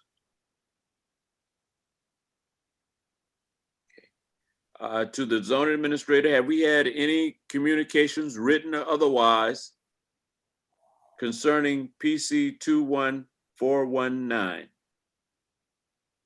Dr. Weslis and Bill Vandercook, we've had no communications in favor or in opposition of the proposal. Thank you. Is there anyone wishing to oppose? Hearing none, that portion of the public hearing is now closed. What is the desire of the commission?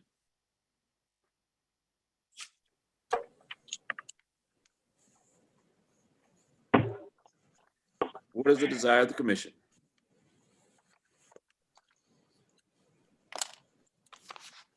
Mr. Chair, Commissioner Campbell. after listening to everyone, knowing that spot zoning is an issue, it's been an issue because the city went out there and looked at it. I'm over there all the time, so I know where it's at. So I'm kind of between a rock and a hard place. It's not zoned properly.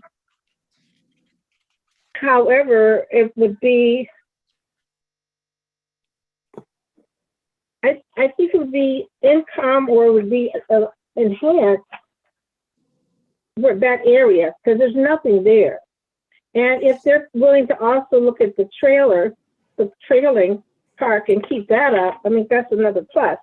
But again, I know Commissioner Jewell is going to hit my hand and say, no, Leora, you can't say that. You can't do that because we're looking at spot zoning. So only thing I could say about if we deny this is that it's because of the spot zoning, the A2. And since no one knows or can find papers as to how long that's been an A2, then I would have to go with the spot zoning to deny it, to deny PC 21-419 from becoming to purchase that property. So this Well, I'm sorry. Oh, yeah, go ahead. I wasn't sure if you were actually making a motion or if you're still kind of talking it through. I forgot to give the parcel number and all that, so go ahead. I can still do it. Well, no, I was gonna talk it through with you if that's something that we were still doing. Yes, ma'am. Go ahead. So I hear you on the concern about spot zoning, that as I'm looking at the map, it's kind of this on this triangle of land there, and you've got E at the top, and then you've got the bottom three, including the southernmost one that we're looking at here, are all D6. Right. I think I heard the applicant say something about intending to purchase all three of those D6 properties there. Part of the challenge that I see right now is that may be the intention, but that isn't the request that we have before us. It's not a request to rezone all three. It's only to rezone the tip. And so if we were to act on that, that does create a spot zoning, which to me is different than if we were essentially bringing this entire block into an E status. So that's one thing to consider. The other, potential barrier when looking at the zoning here, and I'm separating this from any sort of marijuana thing into A2 because we're not at that bridge right now. But looking strictly at the rezoning request and the question of compatibility with the master plan and future land use, I think the master plan, excuse me, does have it listed as more of the commercial corridor moving forward. This is one area where, especially since this is not on a major street, Boulevard's pretty much a low-key place, not a lot of traffic. I see that as being different than Dort Highway, which clearly is a major thoroughfare and more of a corridor sort of thing. So to me, like, it's actually, if you were going to go off of the logic that the city corridor is the more actively used street, it makes more sense that the southern part that's far away from Dort would be E, and that the areas that are adjoining Dort would be D6. So I could see the potential there, and that this was a use that wasn't contemplated at the time of the master plan, and giving some of the other surrounding characteristics. So, I'm open to conversation on that front. I do think the obstacle would be around spot zoning and only the southernmost tip of this block being zoned being zoned E, while the 2 parcels above it would be D6. That to me, is a sticking point. Thank you. I appreciate that. To join into that conversation, since it's open for discussion right now, to highlight the point that this location is a rather secluded location back there with where Security Credit Union was. Right. There's no residents around. And unlike, as Commissioner Jordan said, unlike Dort Highway, where it's a busy corridor, and you had a residential abutting the request there, we don't have any of that. We have buffers all around this particular location that buffers it from all those areas, all those major concerns that we might have at this point. Other than, the thing might be spot zoning, but I don't think it'd be a dilatory effect on this area. It'll be a grave improvement. Well, they're going to maintain the park, and then you have, that little A2 butts right up to the river there, and it's not likely that anything will be built there. So that's my little commentary on this particular request. And Mr. Chair, where you're talking about that area, they've already made it like a little picnic area where you can go and sit by the river, the whole idea of being able to get away for a few minutes by yourself. So I guess if I have to make a motion, which I will, but can I, let me ask this, can I postpone this? You have some research? Postpone it for what reason, Commissioner Campbell? For further research as for the A2 and see why it was never, or was it something that we overlooked, or was not the staff overlooked, but just something going through the years because we've had so many people there that just got kind of fell through the cracks. Because there was an A2, but there's no one there now. And just like Commissioner Jordan just said, and you just said the same thing, which is what I'm looking at. We're just sitting in separate ways. But if I would like to make the motion that we postpone PC 21419. Let me see. Located at 3801 West Boulevard Drive, PID 47-32-311-018. Postponed until we receive further information from staff concerning if the A2 is really still enforced. Because if not, then I wouldn't think there was a reason to not accept it. Okay. Your motion is for a postponement. Is there any support for the motion? Commissioner Wes, this is Bill Vandercook. Would it be appropriate for me to make a comment before that time? Yes, is that okay with you, Commissioner Wesley? Sure, Mr. Vandercook, go ahead. We have City of Flint data, and I think KZ would be the most qualified to speak on that data, and the zoning being designated as A2. I guess the question would come into play is that because it's along the Flint River, of course we know that within 300 foot of water, there's wetland considerations and also floodplain considerations along the river. So I was just messaging Commissioner Jordan about this. So I do have information about this. When I do my analysis with the lead planner as well at the time as well with Kevin Schranz and then Adam Moore, we verified the existing parcels for the Iron Bale Trail.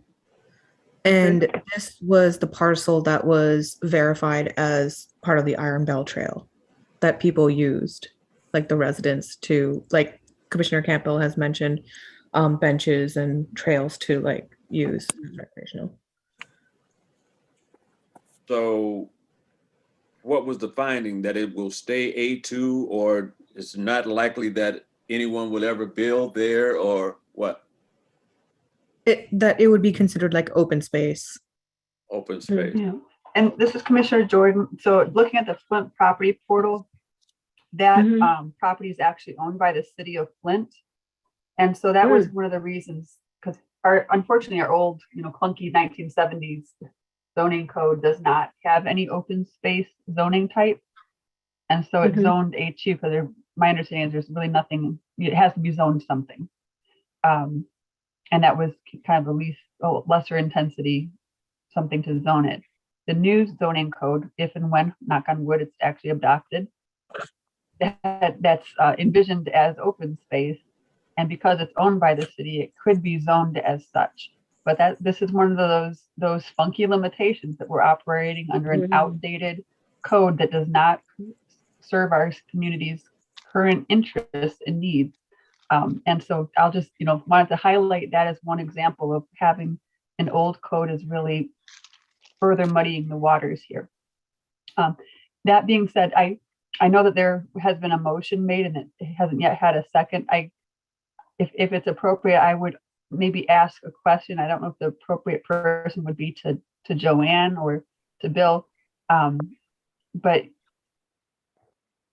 is it theoretically possible for the commission to make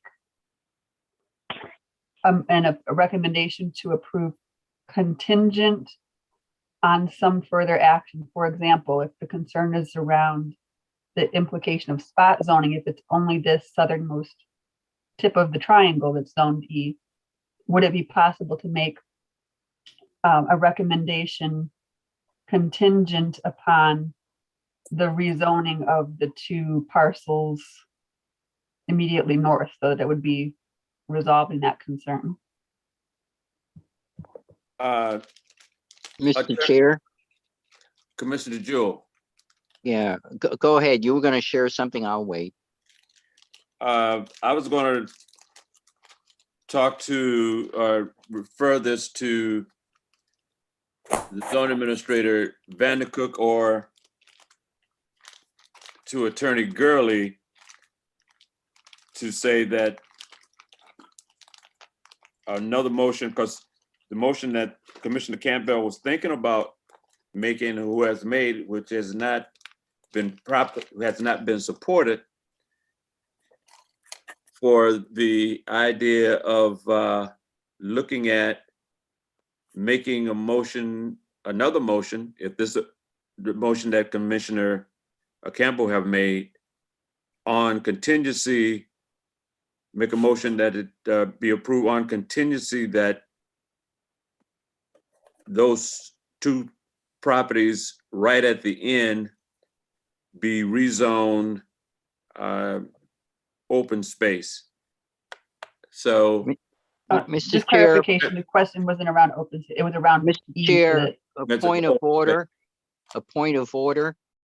yes, Commissioner Jewell. Point of order, I will go back to, there's no second to the motion. If I go back to the second of the motion died for a lack of support, then we're back to square one, right? Right. All right. So Okay. I just wanted to double check. The motion was made. There was no support given. We're now in discussion regarding the motion. So the motion has died, if that's correct. And That's so correct. Died for lack of support. right. So we're back to your original question regarding what is the desire of the commission regarding the rezoning of this parcel, not what should or could or might have been, or whatever it may be, but what we have before us. We need to be extremely conscientious of, yes, things have happened before in the past, things are presently happening now, and things can happen in the future. But what we're responsible for is what we have before us. So I think it goes back to your role as the chair of asking for a motion for action on this particular request. I can do that. And I think it's in the purview of the commission. If a person want to make a motion in this matter, contingent upon something, they could do that. So. Correct. Mr. Chair, Yes. Commissioner Campbell, I would like to make, what did you say?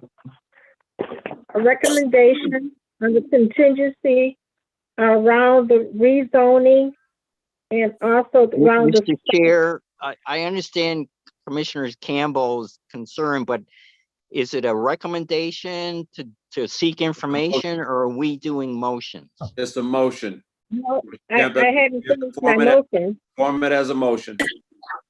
I hadn't completed it, I'm sorry. You have to form it as a motion. That I was trying, I didn't get to that part. I'm Okay. sorry. Go Mr. ahead. Chair, Yes. I'd like to make the motion that we, based on, I'm sorry, a motion that we really postpone. I still go back to postponing. No, well, the motion died, the motion to postpone died for lack of support. You're back at the beginning now for PC 21419, that you would like to make a motion to, I can't tell you, to approve or disapprove contingent upon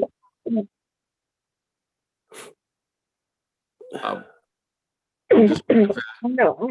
I think Elizabeth, see, I don't want to get into a situation where I'm telling you how to what your motion should say. But maybe if you would like some other input from another commissioner that would probably help you along the way. We can do Chair that. Wesley, Yeah. I had raised my question that I don't think staff had a chance to respond to in order to understand how to appropriately help craft a motion.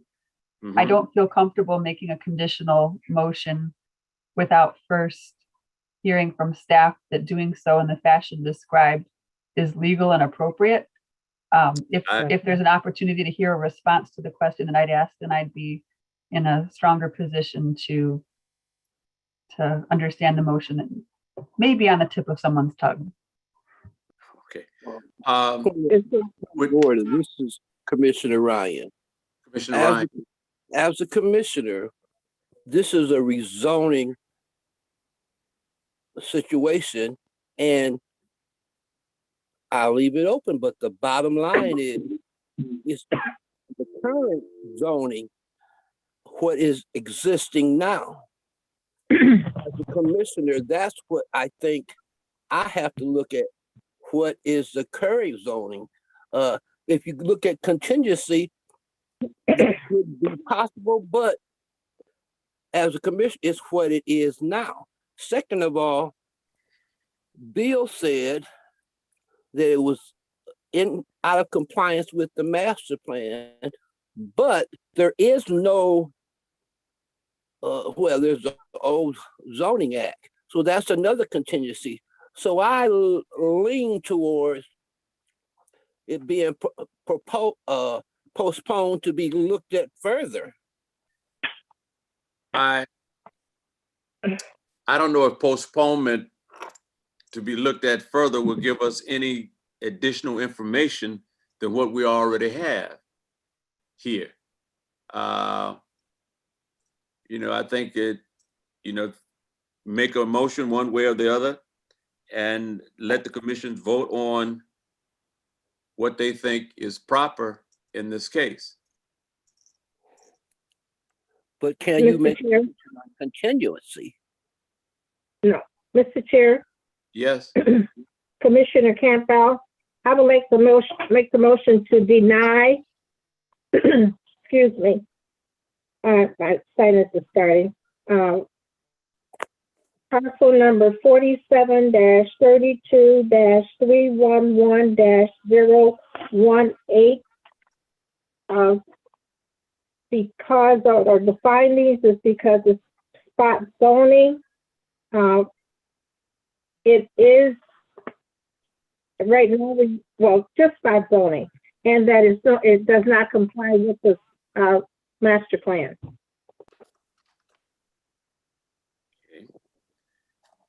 the motion, proper motion on the floor that PC 21419 Darren Dado requests for a rezoning from D6 to E to allow for a marijuana facility at 3801 West Boulevard, PID 4732 311018. Is there support to the motion to deny?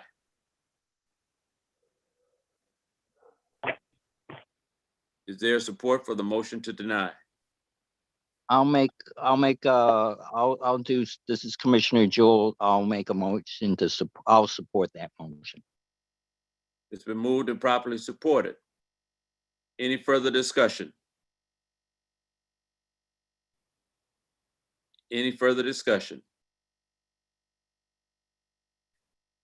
Hearing none, I think we've had some discussions and some concerns on both ends of this.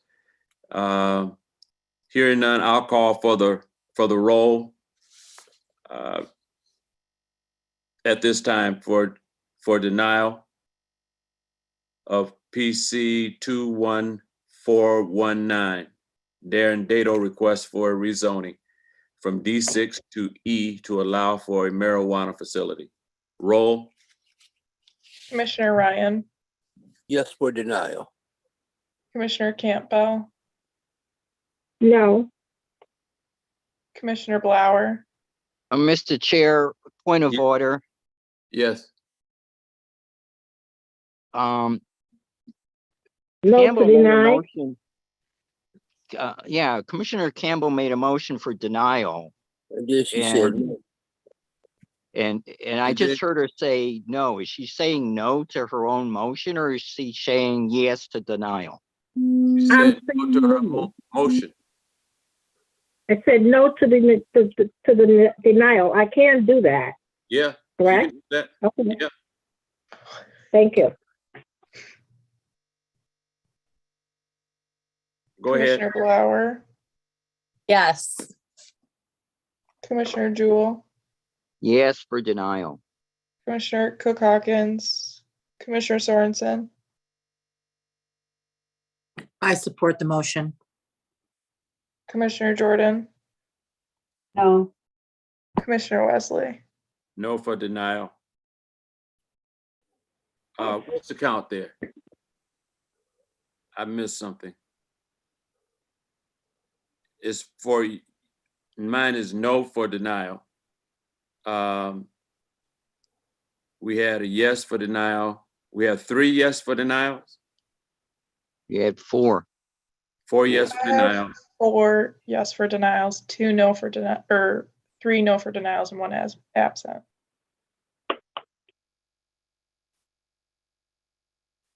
Boy, I wish I can count to 5.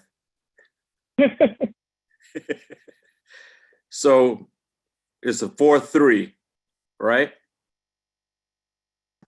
Yes. Correct. Okay. So the motion for denial passed, is that correct? Correct. Yes. Okay. To the applicant, your motion for rezoning from D6 to E to allow a marijuana facility has been denied. Thank you. Thank you. Ready? Thank you for your time, Commission. Thank you. Next item, and it's getting late, so we have to move through these. Everybody should get equal time, but we have to move without a whole lot of conversation. We should have all our things. Is a site plan review, SPR 21957, Hen Dog Holding LLC is requesting a site plan review on 3756 South Dort Highway, PID 4120476048.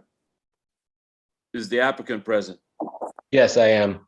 Before we hear from you, we hear from the zoning administrator concerning your site plan. Mr. Vandercook. Thank you, Commissioner Wesley. Regarding SPR 21957, Hen Dogs Holdings LLC is requesting a site plan review at 3756 South Dort Highway, PID 4120476048. The existing land use patterns to the north is commercial, to the east is commercial, to the south is commercial, to the west is commercial. Existing zoning patterns, the subject property is D6 General Highway Commercial Service District. To the north is D6 General Highway Commercial Service District. To the east, D6 General and Highway Commercial Service District. To the south, D6 General and Highway Commercial Service District. To the west, D6 General and Highway Commercial Service District. The applicant provide a site plan. I believe that the site plan meets the requirements. This application corresponds to PC 21395, which was approved by the Planning Commission on February 23rd, 2021. That was for a Group E medical facility at this location. Thank you, Commissioner Wesley. Mr. Chair, Yes. this Commissioner Jewell here. I had a conversation with you and also with Bill yesterday in regarding the actual site plan, and I'd need some clarifications regarding everything I liked, except for I didn't see anything regarding the outside and the exterior of the building. There was no rendering. This is a special regulated use. I didn't see anything on elevations.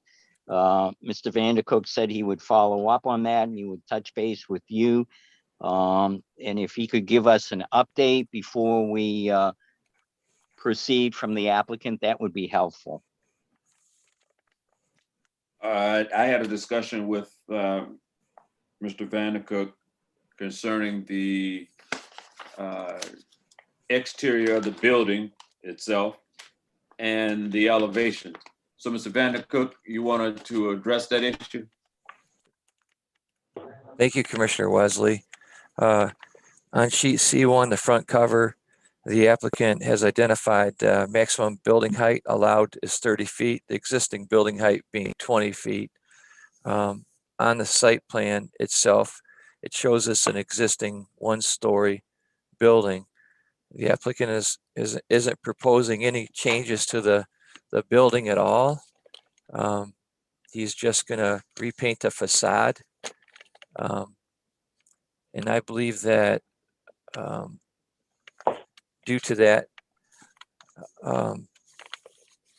the commission could waive that requirement.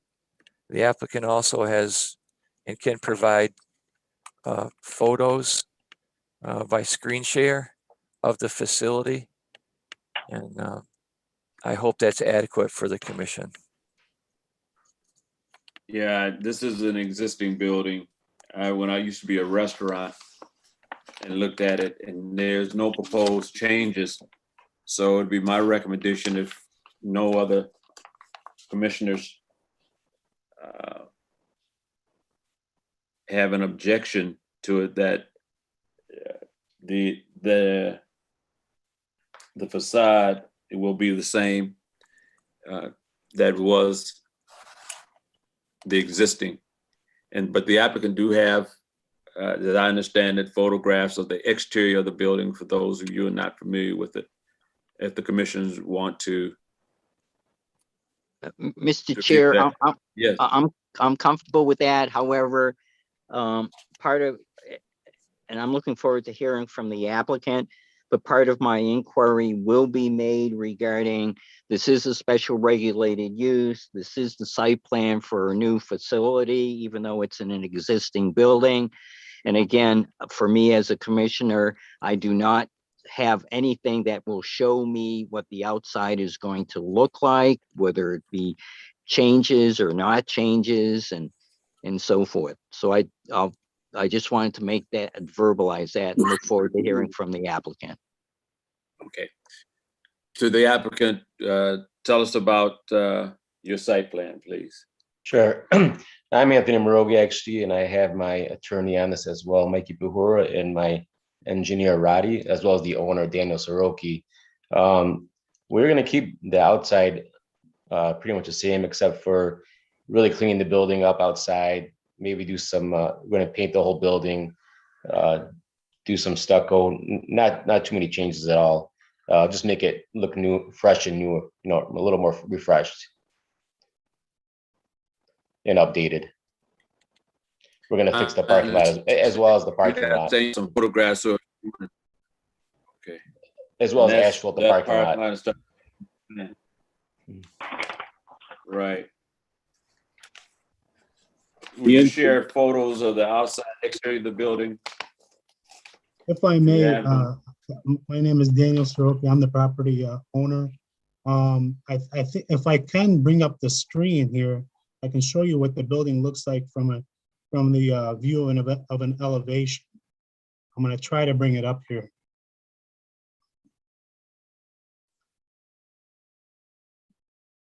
Can you guys see that? I can. Yep, I can see it. Now, it shows like a beige on the facade there, but right now it's white instead of beige. That would be the only difference. This is an older picture, but this is what the building looks like right now. Right. Right now is red, white, and blue. Right, Yeah. but I mean the structure of the building is what I mean. Right. See that. Okay. For committee member Jewel, if you could see that, I know you wanted to see what the building looked like, or if you're familiar with the area, which I'm sure you are, you probably passed by that building many a times. This is Commissioner Jewell. I can see the physical exterior of the building. Okay. Okay. Chair Wesley, if I may, one thing. In chapter 50-8.3 site plan review, under 2, D, it says information required on plans. The planning commission may waive any of the following requirements of information to be included on the site plan, provided that sufficient clarity and detail is shown on the drawings to indicate the nature and character of the development or use. I just wanted to point that out, Commissioner Wesley. So very well. This is Mike Bahura. I'm the attorney for the applicant. The parking lot is going to be completely a new coat of asphalt on it. It'll be restriped. The exterior of the building is going to be repainted, as Anthony mentioned. The interior is getting a complete demolition, and then redone from A to Z. So it is gonna be very nice. It's gonna be tasteful, and I'm happy to take any questions, but I don't want you to get the wrong impression. That's not what the building will look like in terms of aesthetically when we're done. That was giving you an idea of what it looked like last time it was occupied. But you're not changing the material or anything on the outside of that building, is that correct? I don't believe so. Maybe adding some stucco, but it'll essentially be the same physical makeup as it is now. This is Commissioner Jordan to the applicant. Yeah, go ahead, Commissioner Jordan. So would it be possible to, I'm not asking you to do this moment, but just the feasibility of it, to provide staff with a photograph similar to what we're seeing here and a written description of any exterior changes that are planned as part of the site plan review? Yeah, I don't think that would be a problem. I just don't know that there's any exterior changes that are going to be made. We're happy to provide you something that indicates the color scheme and things of that nature that we're going to be using. Thank you. Mr. Chair, I think I heard. Go ahead, Commissioner Jordan. yeah, since Commissioner Joel, since I raised the issue, and we'll let the applicant kind of walk through the site plan, which I'm very impressed with. If we were to follow up with Commissioner Jordan's recommendation, I can see the physical look, but as it was just shared with us, that's not going to be the actual look. That's the structural look, but that's not the actual look. Right. And we have had in the past for special regulated use marijuana facilities, usually a rendering of how that facility would look. So I just want to pass that on. Fine. They will, Commissioner Jordan requests, I think I heard the applicant in the background said that would not be a problem for him to present the photos of how the building would actually appear. I guess the color scheme and what have you. That is correct, Commissioner Wesley. All right. Okay. You want to walk through the site plan? I've gone through it, but you want to give us a brief? Sure. Danny, can you pull it up? It'll be easier if we can. Is there a way to get it on the screen? Oh, the picture I just had up there? No, the site plan, actually, the walkthrough, the interior. Oh, the interior, yeah. Let me see. Am I hearing from Rowdy now? You're gonna hear from, yeah. You see this? Oh, boy. Can everybody see the site plan? Got it. We can. Before you guys get into the site plan, if I may, I just want to get some clarification. This is Mike Bahura, the attorney again. Bill, when you spoke in the beginning, you said that it was for medical. I just wanted to make sure that we're all on the same page. This is for a medical and adult use facility. I don't know if that's something that needs to be addressed for the record, or is it?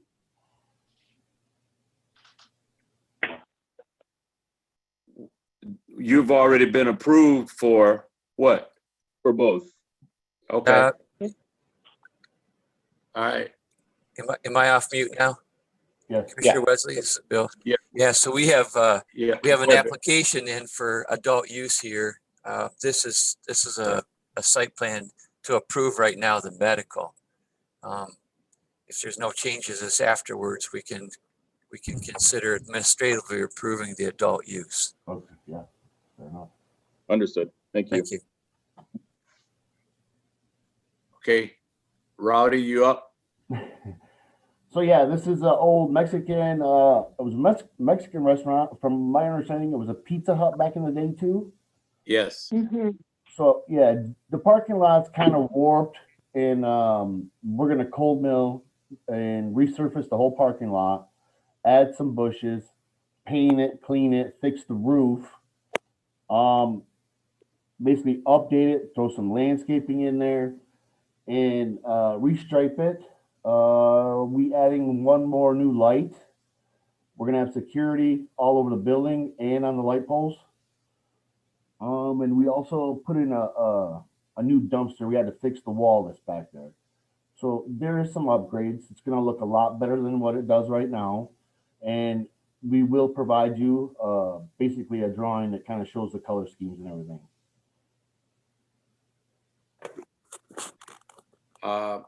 Questions from the commission concerning the site plan? I'm looking for the location. Mr. Chair, this is Commissioner Jewell. Go ahead, Commissioner Jewell. I just wanted to make a comment. It was, site plan in my review was, very detailed. I needed my magnifying glass at times to catch a few things. But I appreciate the efforts that they took regarding the interior as well as the exterior, particularly in regards to the landscaping, the lighting, and also the security related issues. So I just wanted to pass that commentary on. Thank you. Very good. Mr. Blastic. Well, you know, I'm gonna mess it up anyway. I know. I think he understands. I think he understands when he come before this commission what is in what it entails. Right.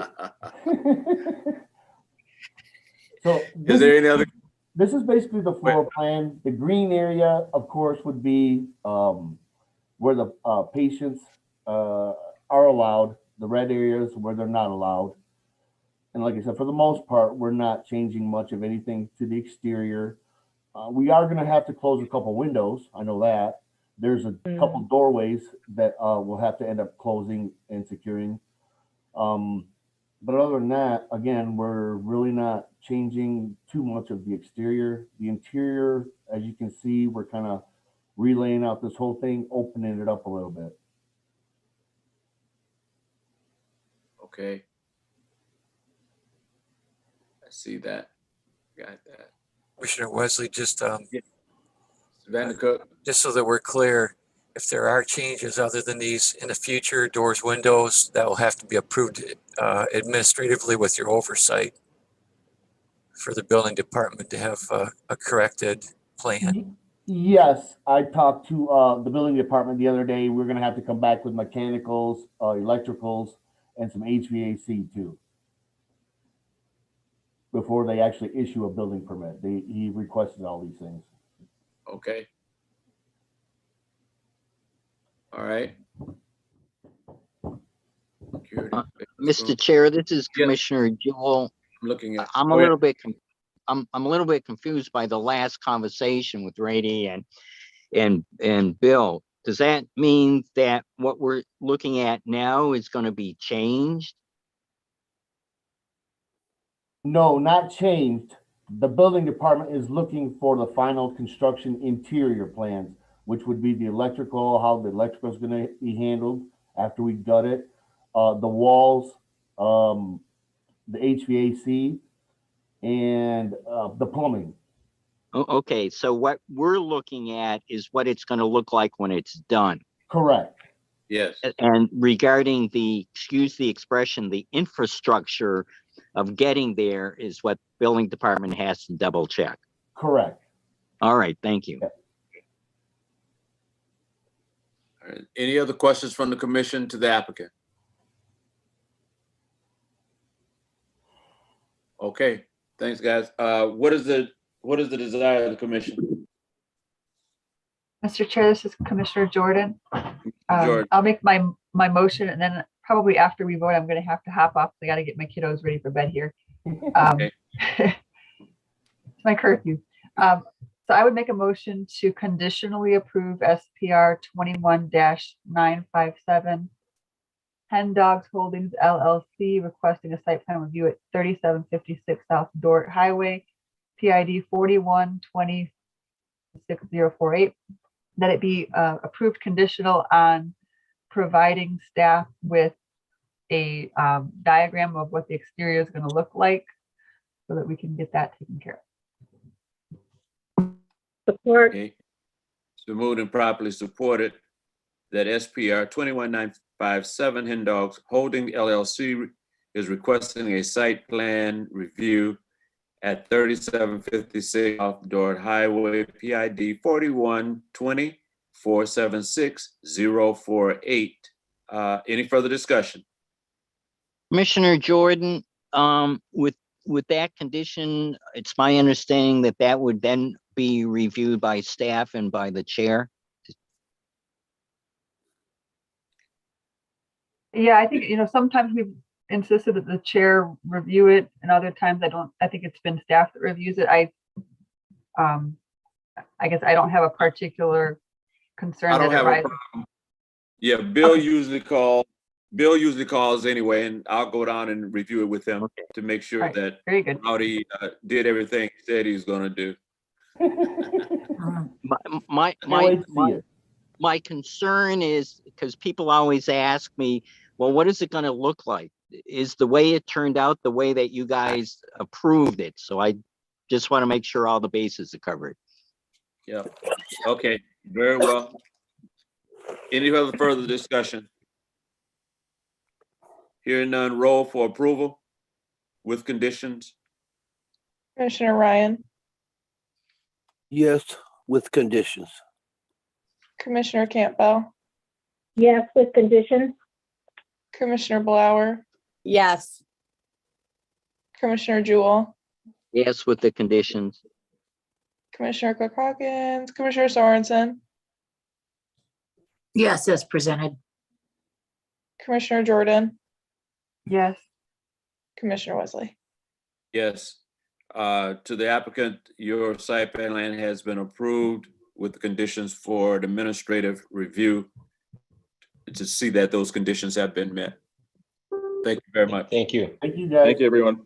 Thank you. All right, take Good night, everybody. Good night. Commissioner Jordan, take care. Commissioner Jordan, before you go, can I come over and play with Santa's Christmas gift for the fellas? Anyway, just kidding. Have fun. Take care now. All right. Happy holidays, everybody. Same to you now. Thank you. You too. Case review, SPR 20-941, Sylvester Broom Empowerment Village is requesting a site plan review at 4119 North Saginaw Street. Mr. Vandercook, what's the status of this one? Mr. Wesley, I believe Casey has been working on the plan. The lighting? Yes. Is this the lighting? Yeah. Casey, could you Yep. respond, please? Thank you very much. So I spoke with Sylvester Broom and Doug Scott with Rowe, and they're finalizing the letter. What we thought was a more intense MOU is not, because they will not be with the city's grid, the lighting grid.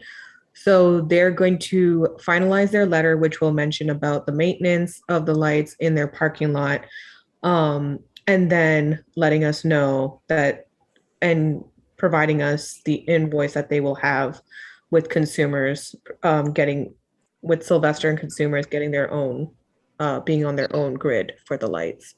So we are finalizing that, and once we receive that letter, it'll be going to legal to review, and we should have that soon for our next meeting.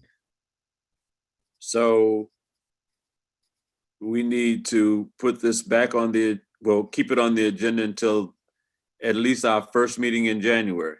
Correct. Because I'm not planning on a meeting in December.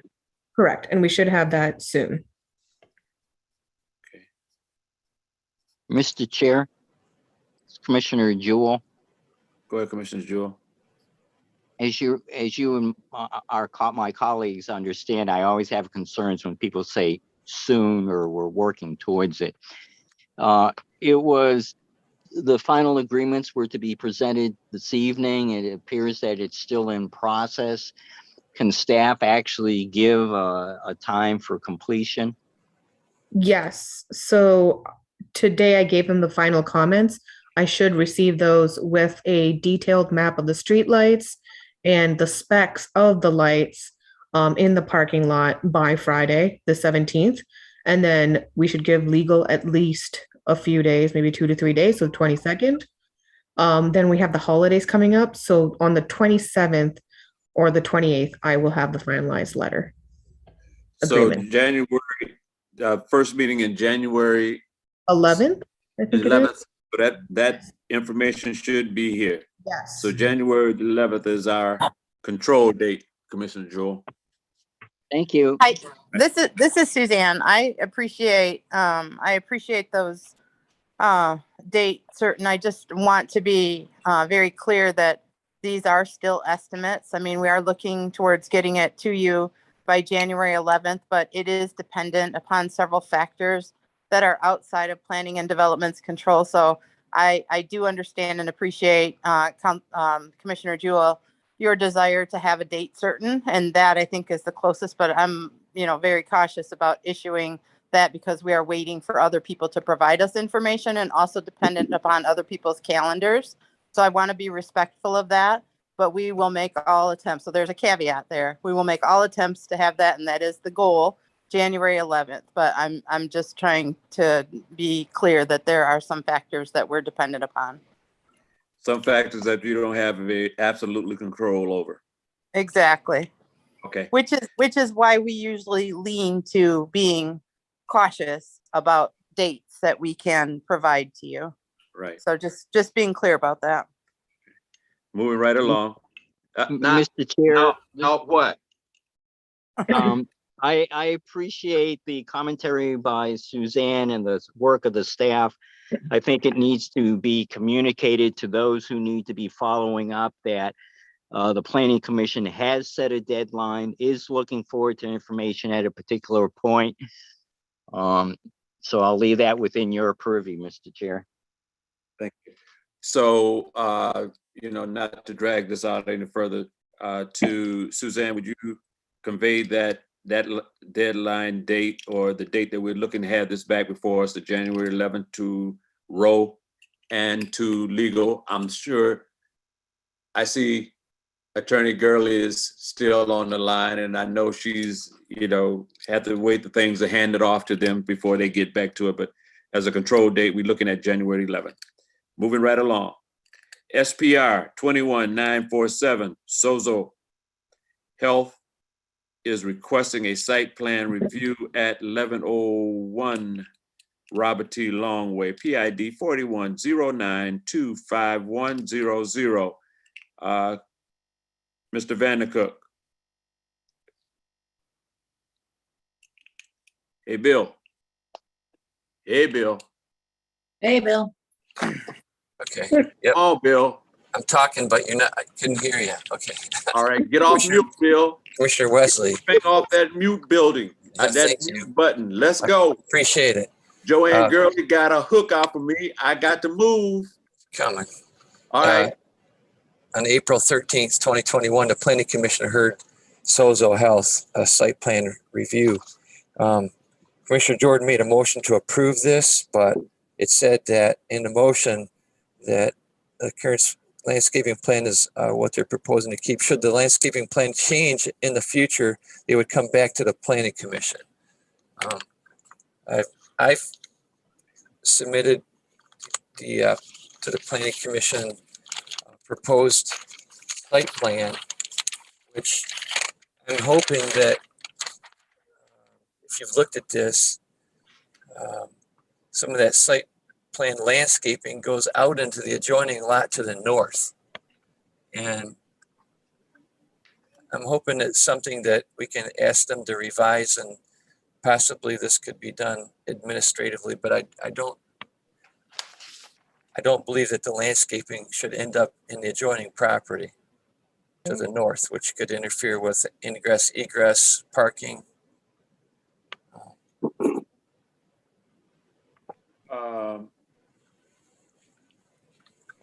So my question to the commission is this something that they could revise and we could review this administratively, or does this need to come back before the Planning Commission at a later date?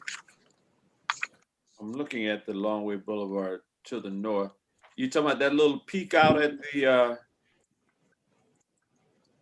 coming off East Boulevard?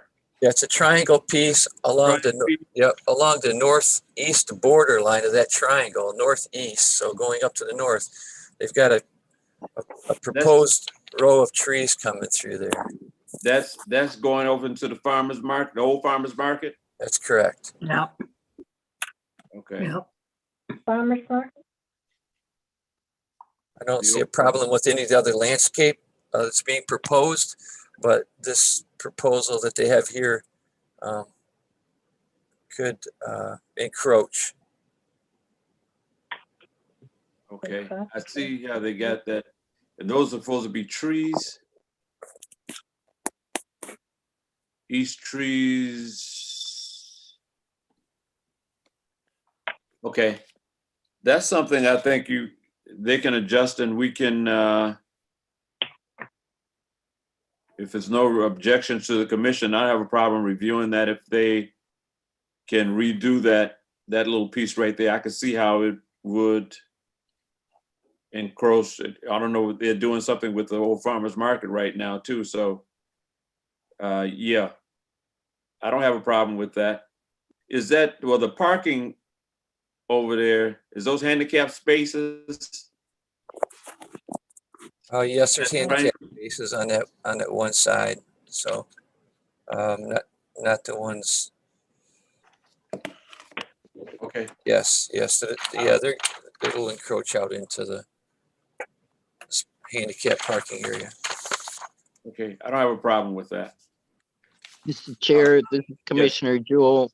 I'm supportive of the commentary made by staff and having them making the appropriate revisions and having you as chair of the planning commission to oversight that. Yeah, I don't have a problem with that. Okay, Bill? Does Bill, Mr. Chair, this is Commissioner Jewell. Bill, do you need a motion or are you comfortable with our discussion? Yeah, I'd like to approval for administrative review with the oversight of the chairman. Okay. Mr. Chair, I'll make a motion that based on the staff report regarding the suit, make sure I get this correct, regarding SPR 21-947 Suzu Health request for a site plan review at 1101 Robert T. Longway, number 41-09-251-001, regarding a landscaping plan be administratively reviewed with oversight provided by the chair. Support.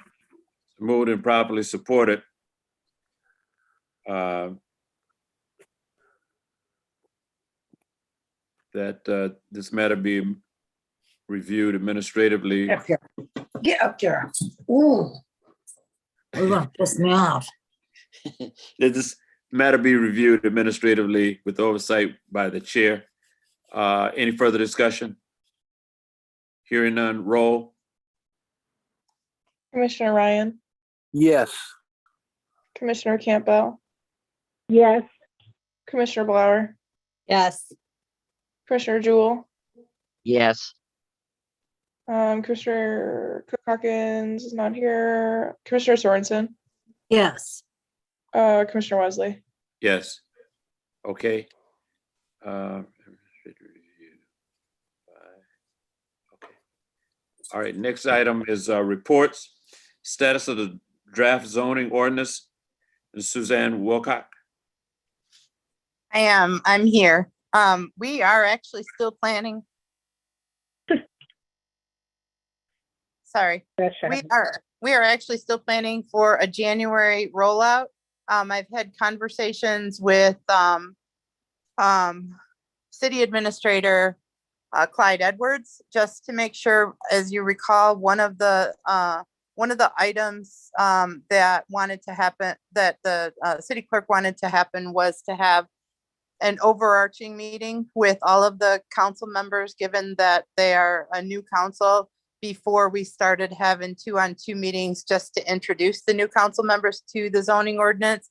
That is still kind of in flux. I actually have a call with City Clerk Brown tomorrow to see if we can move forward without that meeting, and looking for an positive outcome to that conversation. And then we will, I know the holidays are getting close, but we can still schedule meetings with them. And our plan is still to bring this forward in a special meeting in January to the council. We recognize, you know, the importance of it, the desire to bring it forward. We have that same desire to bring the zoning ordinance. I think I heard Councilman May say earlier tonight And I know he was talking about a specific rezoning, but I thought I heard him say something about the zoning ordinance because we did discuss that. So that is something that we do hope that we have the support from the existing council and the city clerk to bring forward or special meeting in January. Okay. Very good. Attorney Gurley, status of the permanent marijuana ordinance? There is no update. Everything really is hinging on when we can go before our new council meeting members with our 2-on-2s, and then eventually in January, bringing all of that forth before the full city council. Okay. Okay, staffing update. I think I presented kind of an overall staffing plan for planning and development. So I can tell you that we have filled a position in community development. I can't remember where I left off before, but our CD grant coordinator has been hired. In building and safety inspections, we had 4 vacancies. We have filled 2 of those positions. We have 1 interviewed and ready to schedule start work soon. We're working on some budgeting issues with finance, but we expect to fill that position relatively soon. And then one of the positions was a promotional opportunity. So we do have a new vacancy that is being posted hopefully this week. In planning and zoning, we have had some conversations about the administrative assistant position that we would like to hire. And I think I said before that we are going to, just because of the process, this position was not budgeted in last year's budget. We are going to put that, we're working on the new budget for next year, put that in the budget, but I'm not looking to do a budget amendment for that position this year. So that is something that will go next year. We have we've conducted interviews for the planner for our neighborhood planning and have been unfortunately unsuccessful. Have not had until recently any very many applicants, I should say. And I think I said this before, any qualified applicants for the lead planner. We did conduct 1 interview and we are continuing our recruitment. I did receive 2 applications last week, and it looks like we will be able to schedule 2 more interviews. So fingers crossed that we can get a lead planner position filled. That is obviously critical.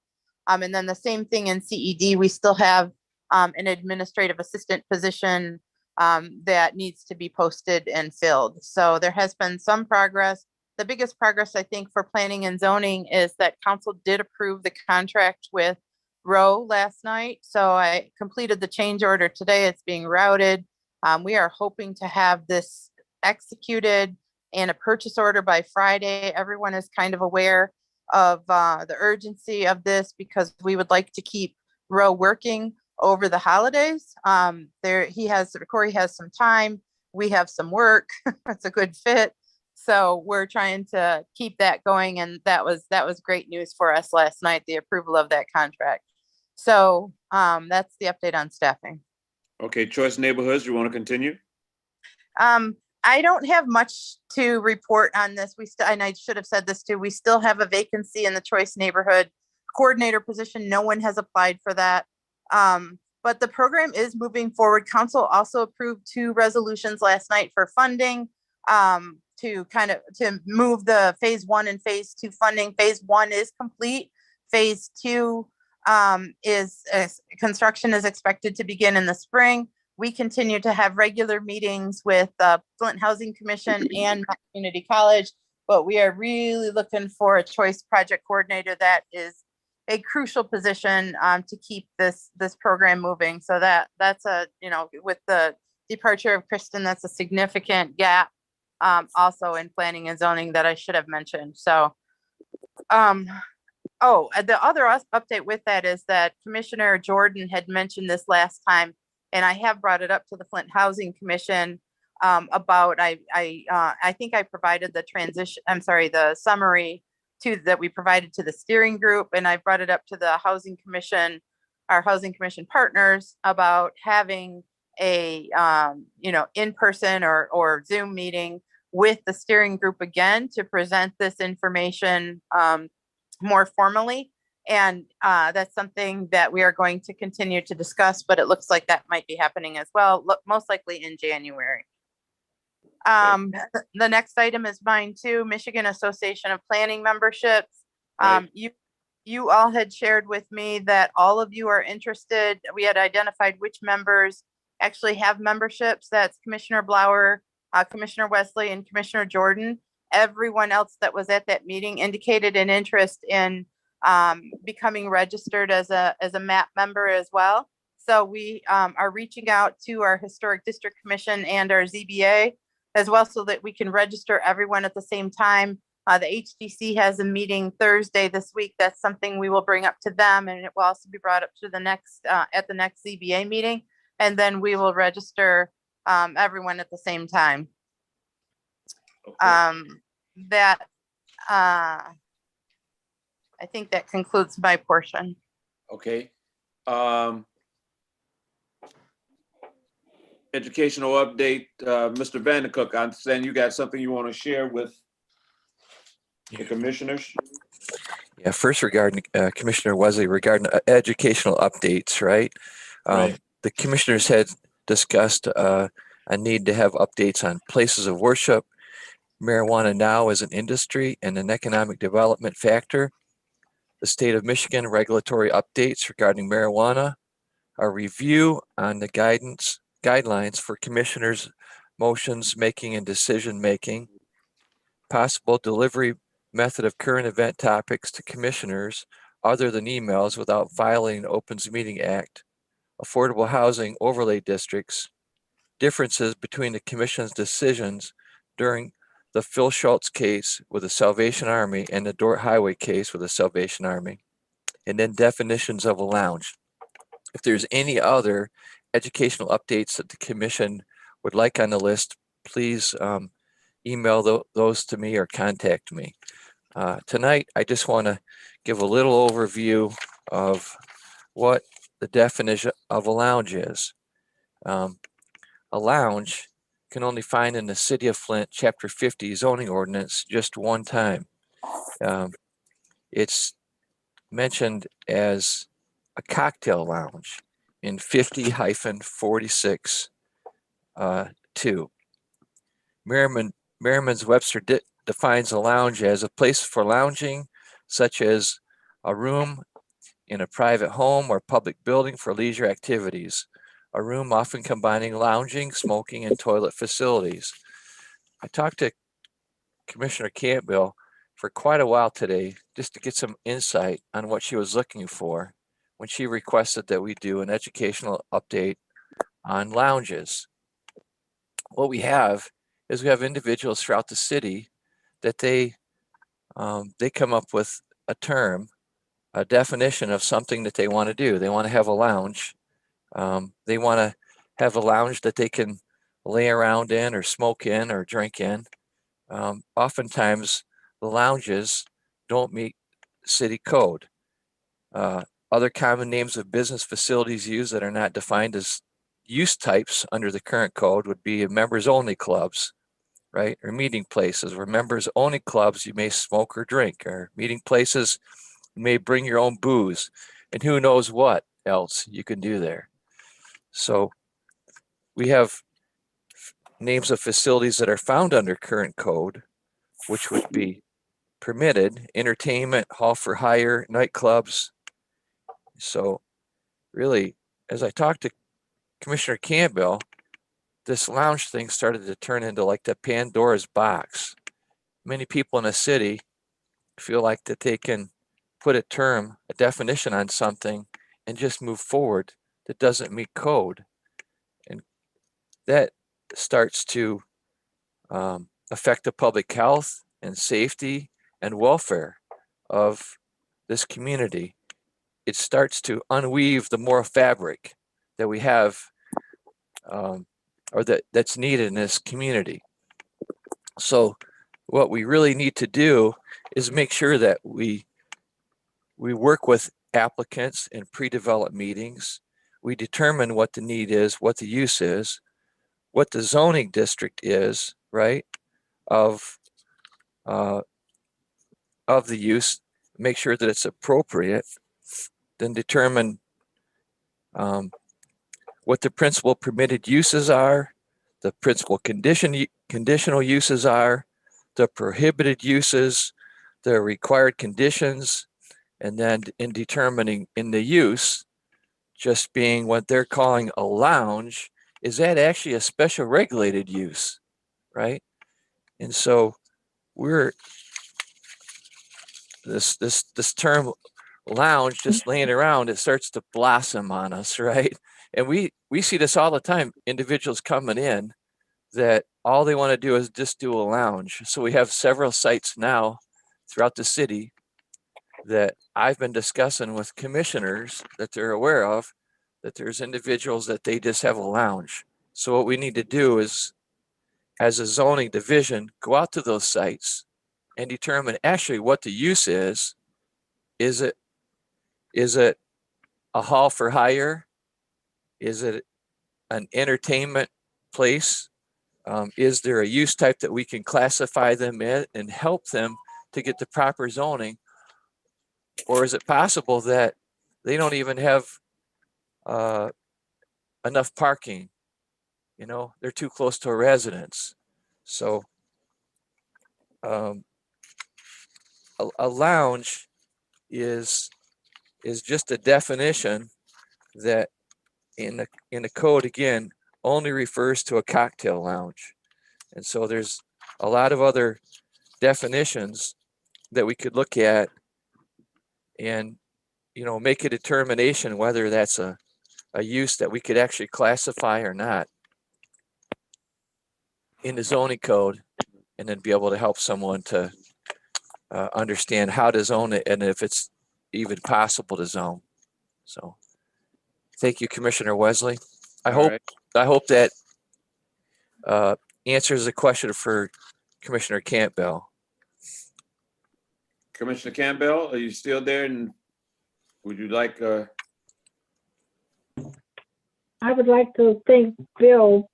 We did have a long discussion today, and thank you for the excellent presentation tonight from what we gleaned earlier today. I just want to make sure that we all are aware of what's going on in our neighborhoods. Some of us do, some of us do not. Because I've been here for a long time, I know when things change, and it may start out as one thing and then turn into something else. So it's just like there's a club. Well, it was a nice club, supposedly members only, and now they've sold it to a younger group over here on the north end, and now they're in that facility drinking, shooting, all those kind of things. And so I think we need to be able to at least know what's going on. And when people come to me to say, what should I do? I need to be able to know who to send them to. So thank you very much, Bill, for researching this for me. And we have some things coming into our neighborhood that we need to put to get rid of now, before it gets larger. So if you can just tell me what agency, then I will make sure I get a hold of that agency. So thank you very much, Bill. I appreciate it. Thank you, Commissioner Wesley. Commissioner Campbell always had a nice idea, and I know that Suzanne has been talking about this for a while, and it's making sure that the applicants coming in are, you know, well informed of processes and procedures. And that we start spelling that out. I believe, Suzanne, I don't want to speak on your behalf, but, you know, in flyers and brochures and on our website. And I would hope that, you know, we could move forward, you know, in time to see that happen. I know that'll help with the initial applicants, and also that information will help with individuals that are, you know, there are already out running an operation without zoning to become compliant. Okay. All right. Anyone else have any questions concerning zoning administrator's presentation here this evening? Okay. Job well done. Thanks, Bill. Excellent job. Thank you. Next item is status of the Zoning Board of Appeals and Commissioner Blower. Commissioner Blower, let's discuss what you guys discussed for the status of the Zoning Board of Appeals concerning your status. Well, We the big dogs now. we have not met since my last report, so I Okay. have no formal report based on anything that we have done at ZBA. But just going back to the conversation that Commissioner Campbell started earlier, Chairman Telega has formally requested a legal review of the matter, and we are waiting, pending the next ZBA meeting, a written response or a response from legal. As of right now, as you know, during applicants that have come before us, so appeals of our decision, I have no discussion nor voting rights. But I do have both discussion and voting rights on other matters as ZBA, as well as if you could go back to our initial discussions of how I ended up on ZBA, the ZBA bylaws call for a planning commission representative. Right. So unless, you know, ZBA revisited their bylaws, I think that I am there to stay. I'm interested in what legal has to say, and why there's a conflict of interest from Reed's decision and his legal decision, saying that I have discussion but not voting rights. It'll be interesting to see, you know, what the outcome is. Yeah, because I think you're there representing the planning commission, and you can voice the discussion on the intent of that commission when we voted on what we did at our actions, what our intent was. So I don't know how they can limit at least discussion. Maybe voting, yes, but not your discussion on issues that have come before us and is there on appeal.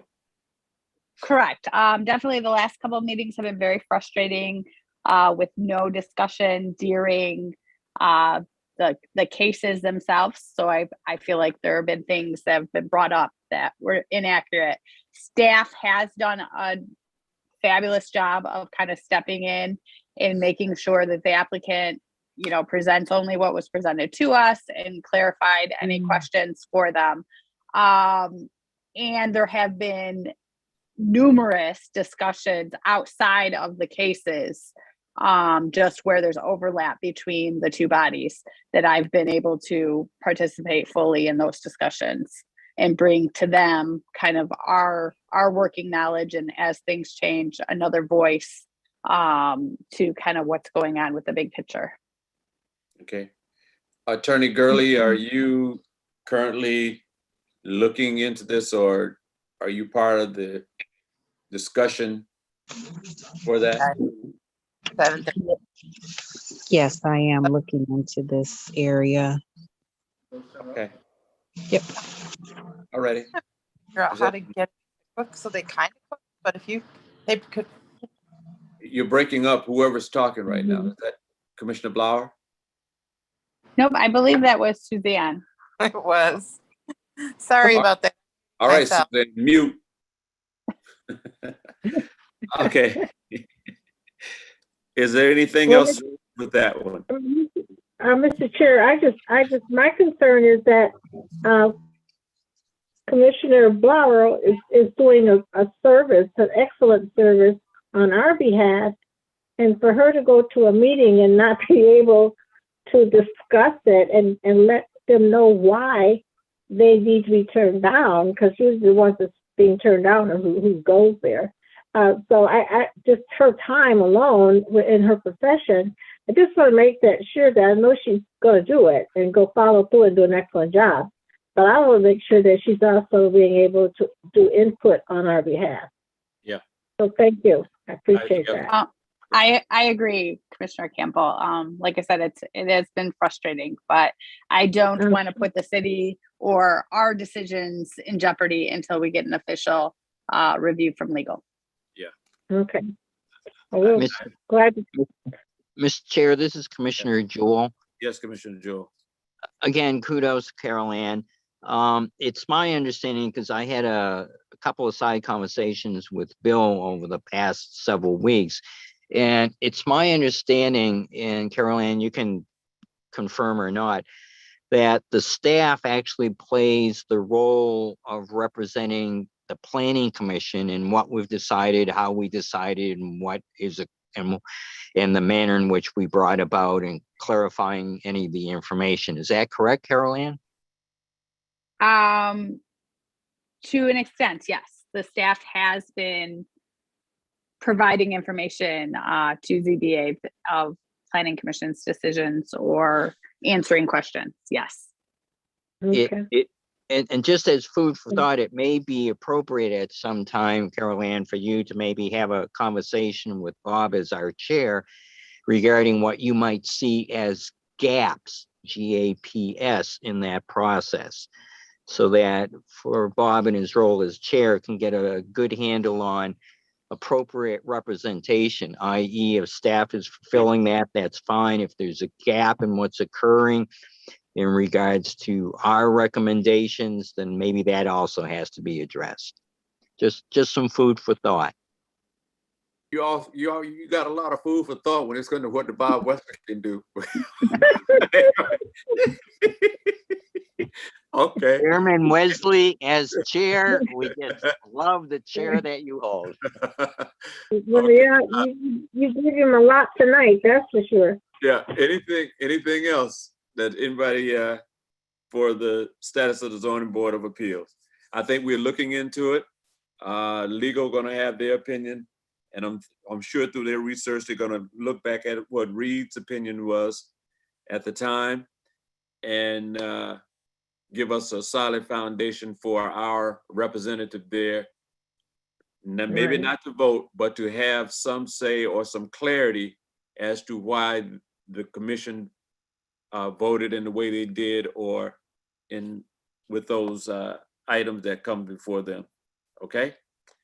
Mr. Okay, Chair, Mr. Yes. Chair, before we move beyond ZBA, there's another item. I didn't know whether Bill was going to address that or whether Carol Ann was going to address that regarding next week's upcoming agenda for ZBA.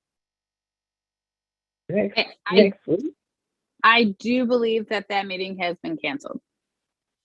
That's correct, Commissioner Wesley, to Okay. answer Commissioner Jewell's question. Okay, just for the information for everyone else, yes, if the meeting has been canceled, there was a public notice that on the 21st, the ZBA would be hearing an appeal by Green Skies Healing Tree regarding our decision in September regarding a Group E special regulated use regarding blight elimination. So I just wanted to provide that as an informational item. That was in a public notice, but since that meeting has been canceled, is that being rescheduled, Bill? It was postponed by the applicant. It was postponed. For reschedule, yes. Okay. Correct. I remember a planning commission meeting where I think the same applicant requested postponements. Okay. All right. Got to move right along because the hook is coming out, folks. I'm telling you right now. I got about 5 minutes. Any resolutions? None. Suzanne, American Rescue Plan? I do not have, I did speak with Kalfani today. He was unable to join us tonight. He had another engagement. He did share, as I shared last time, that there really has not been an update. They're still waiting for council to approve the compliance firm contract with Ernst & Young. That has not happened yet. In fact, it was postponed indefinitely. So no progress on that work. There is some background work that the mayor is beginning in January with some community sessions that is to be announced. But in terms of, any allocations or anything like that, there's no progress per Calfani. No update, I should say, per Calfani. Okay, very well. New business, Flint Planning Commission 2022 meeting schedule and deadlines.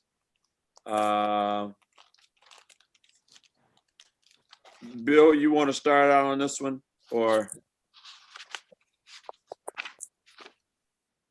Thanks, Commissioner Wesley. The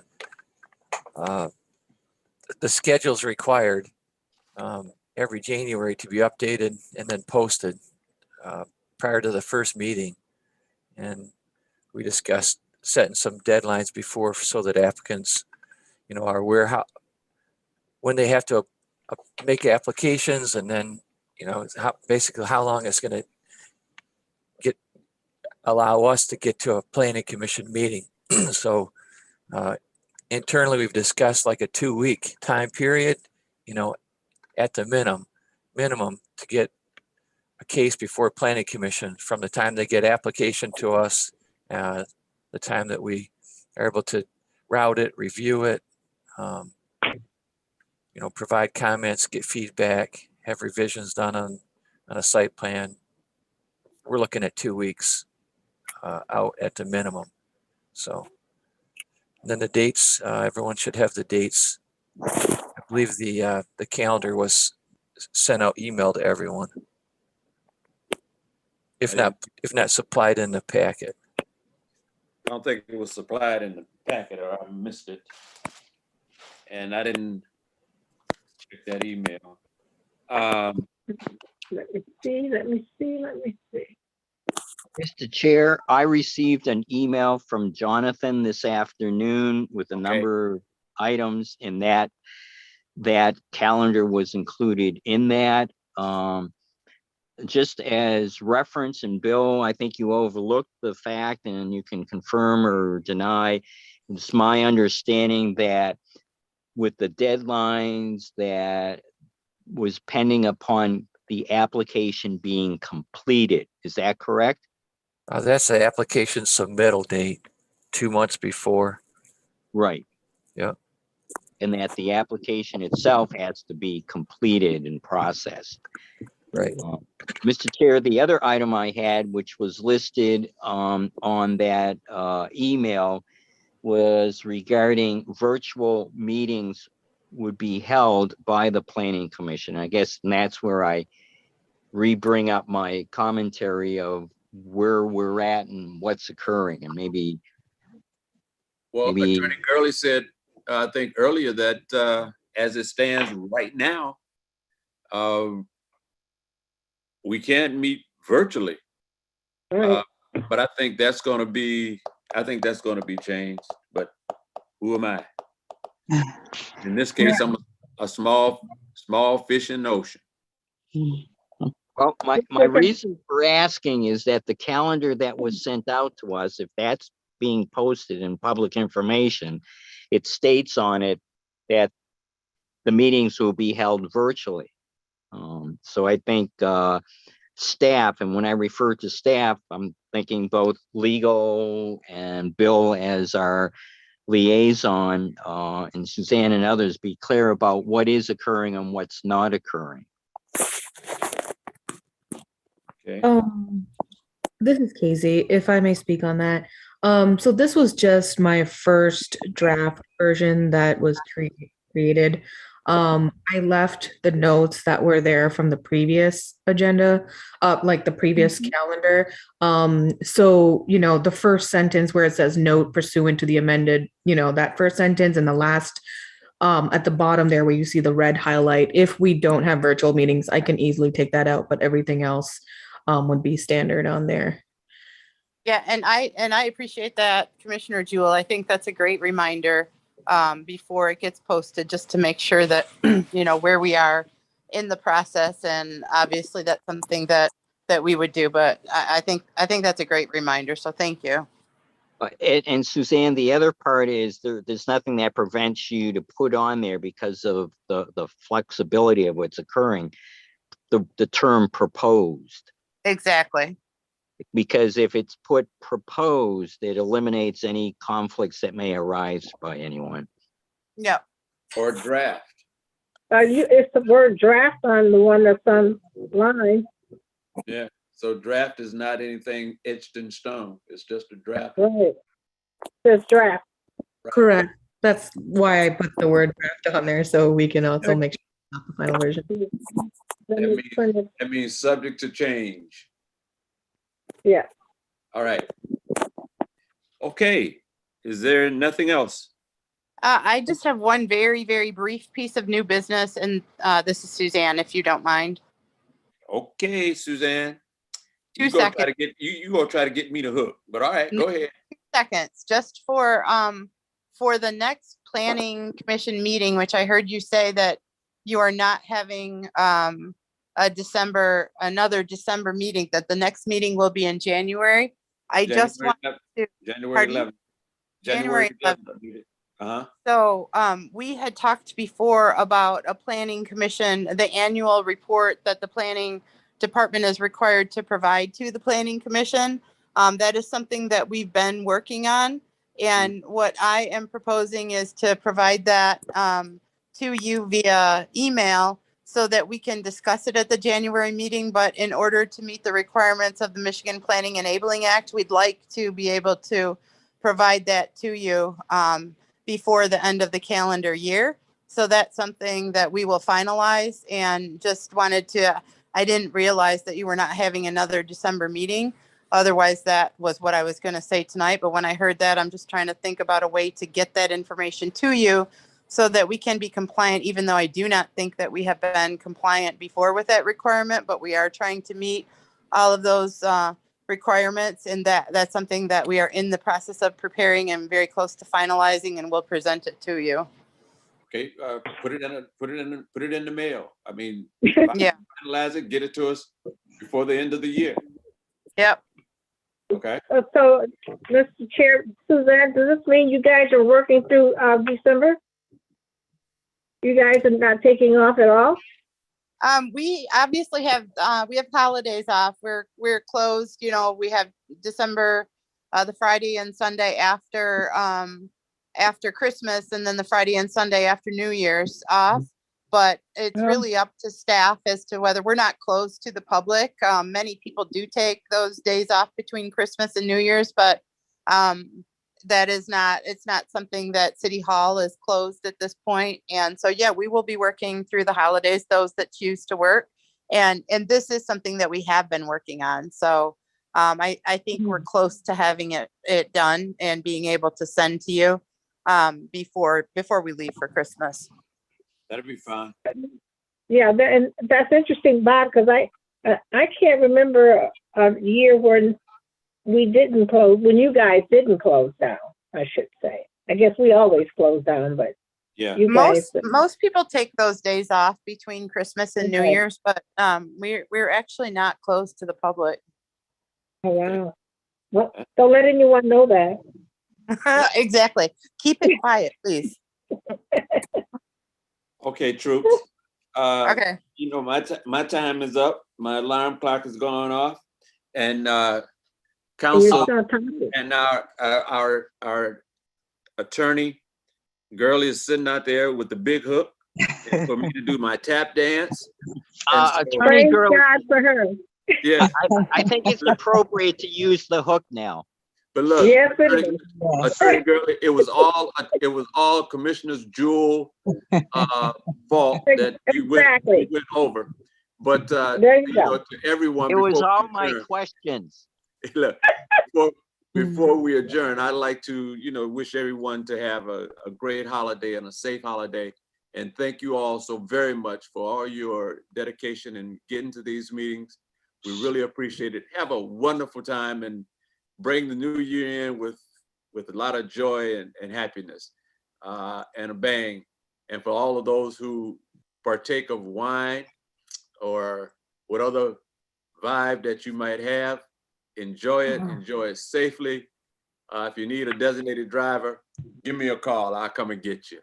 I only drink ginger ale, so I'm good. Look, I'll be I'll be in Indianapolis. It might be a long drive for you. Are you going to the championship game? I am not. I will be at my Damn, brother's. y'all not there, are you? I forgot. Oh, come on. Come on. Hey, hey. But if, although we are there, it costs too much money. That's too rich for my blood. Yes, yes, for sure. No. Bob, I think it's appropriate for all of us to also say special thanks to you as our chair in your efforts over the past months in different meetings and helping us to keep on track, and at the same time making sure we're not overlooking items and issues. So from my perspective, special thanks and appreciation for your efforts. I tell you, Absolutely. you're a wonderful group to work with, and I mean that from the bottom of my heart. I have fun here, and I'd be glad when we do get back in person, but I want to do it safely. But, I do. Okay, Chair, take motion for adjournment. I'll tell you, Bobby, like I did before, just everyone, please stay at home or wear a mask or do something. Just so we can all get well. All get well and all be safe and And all be out. Yeah. do good things. So happy holidays, everyone. Be blessed. Also, happy All of you too. Thank you. All right. Thank you. Did we get a motion, Commissioner Wesley? Did we get a motion to Did adjourn? we get a motion? I will make Yes. a motion for adjournment. I'll support Yeah, it. I support. Thank you. Been moved and proper support. Hey, everybody, have fun. You guys take Yeah. care. Thanks, Thanks, everyone. Okay, thank you. Bye. Happy, happy.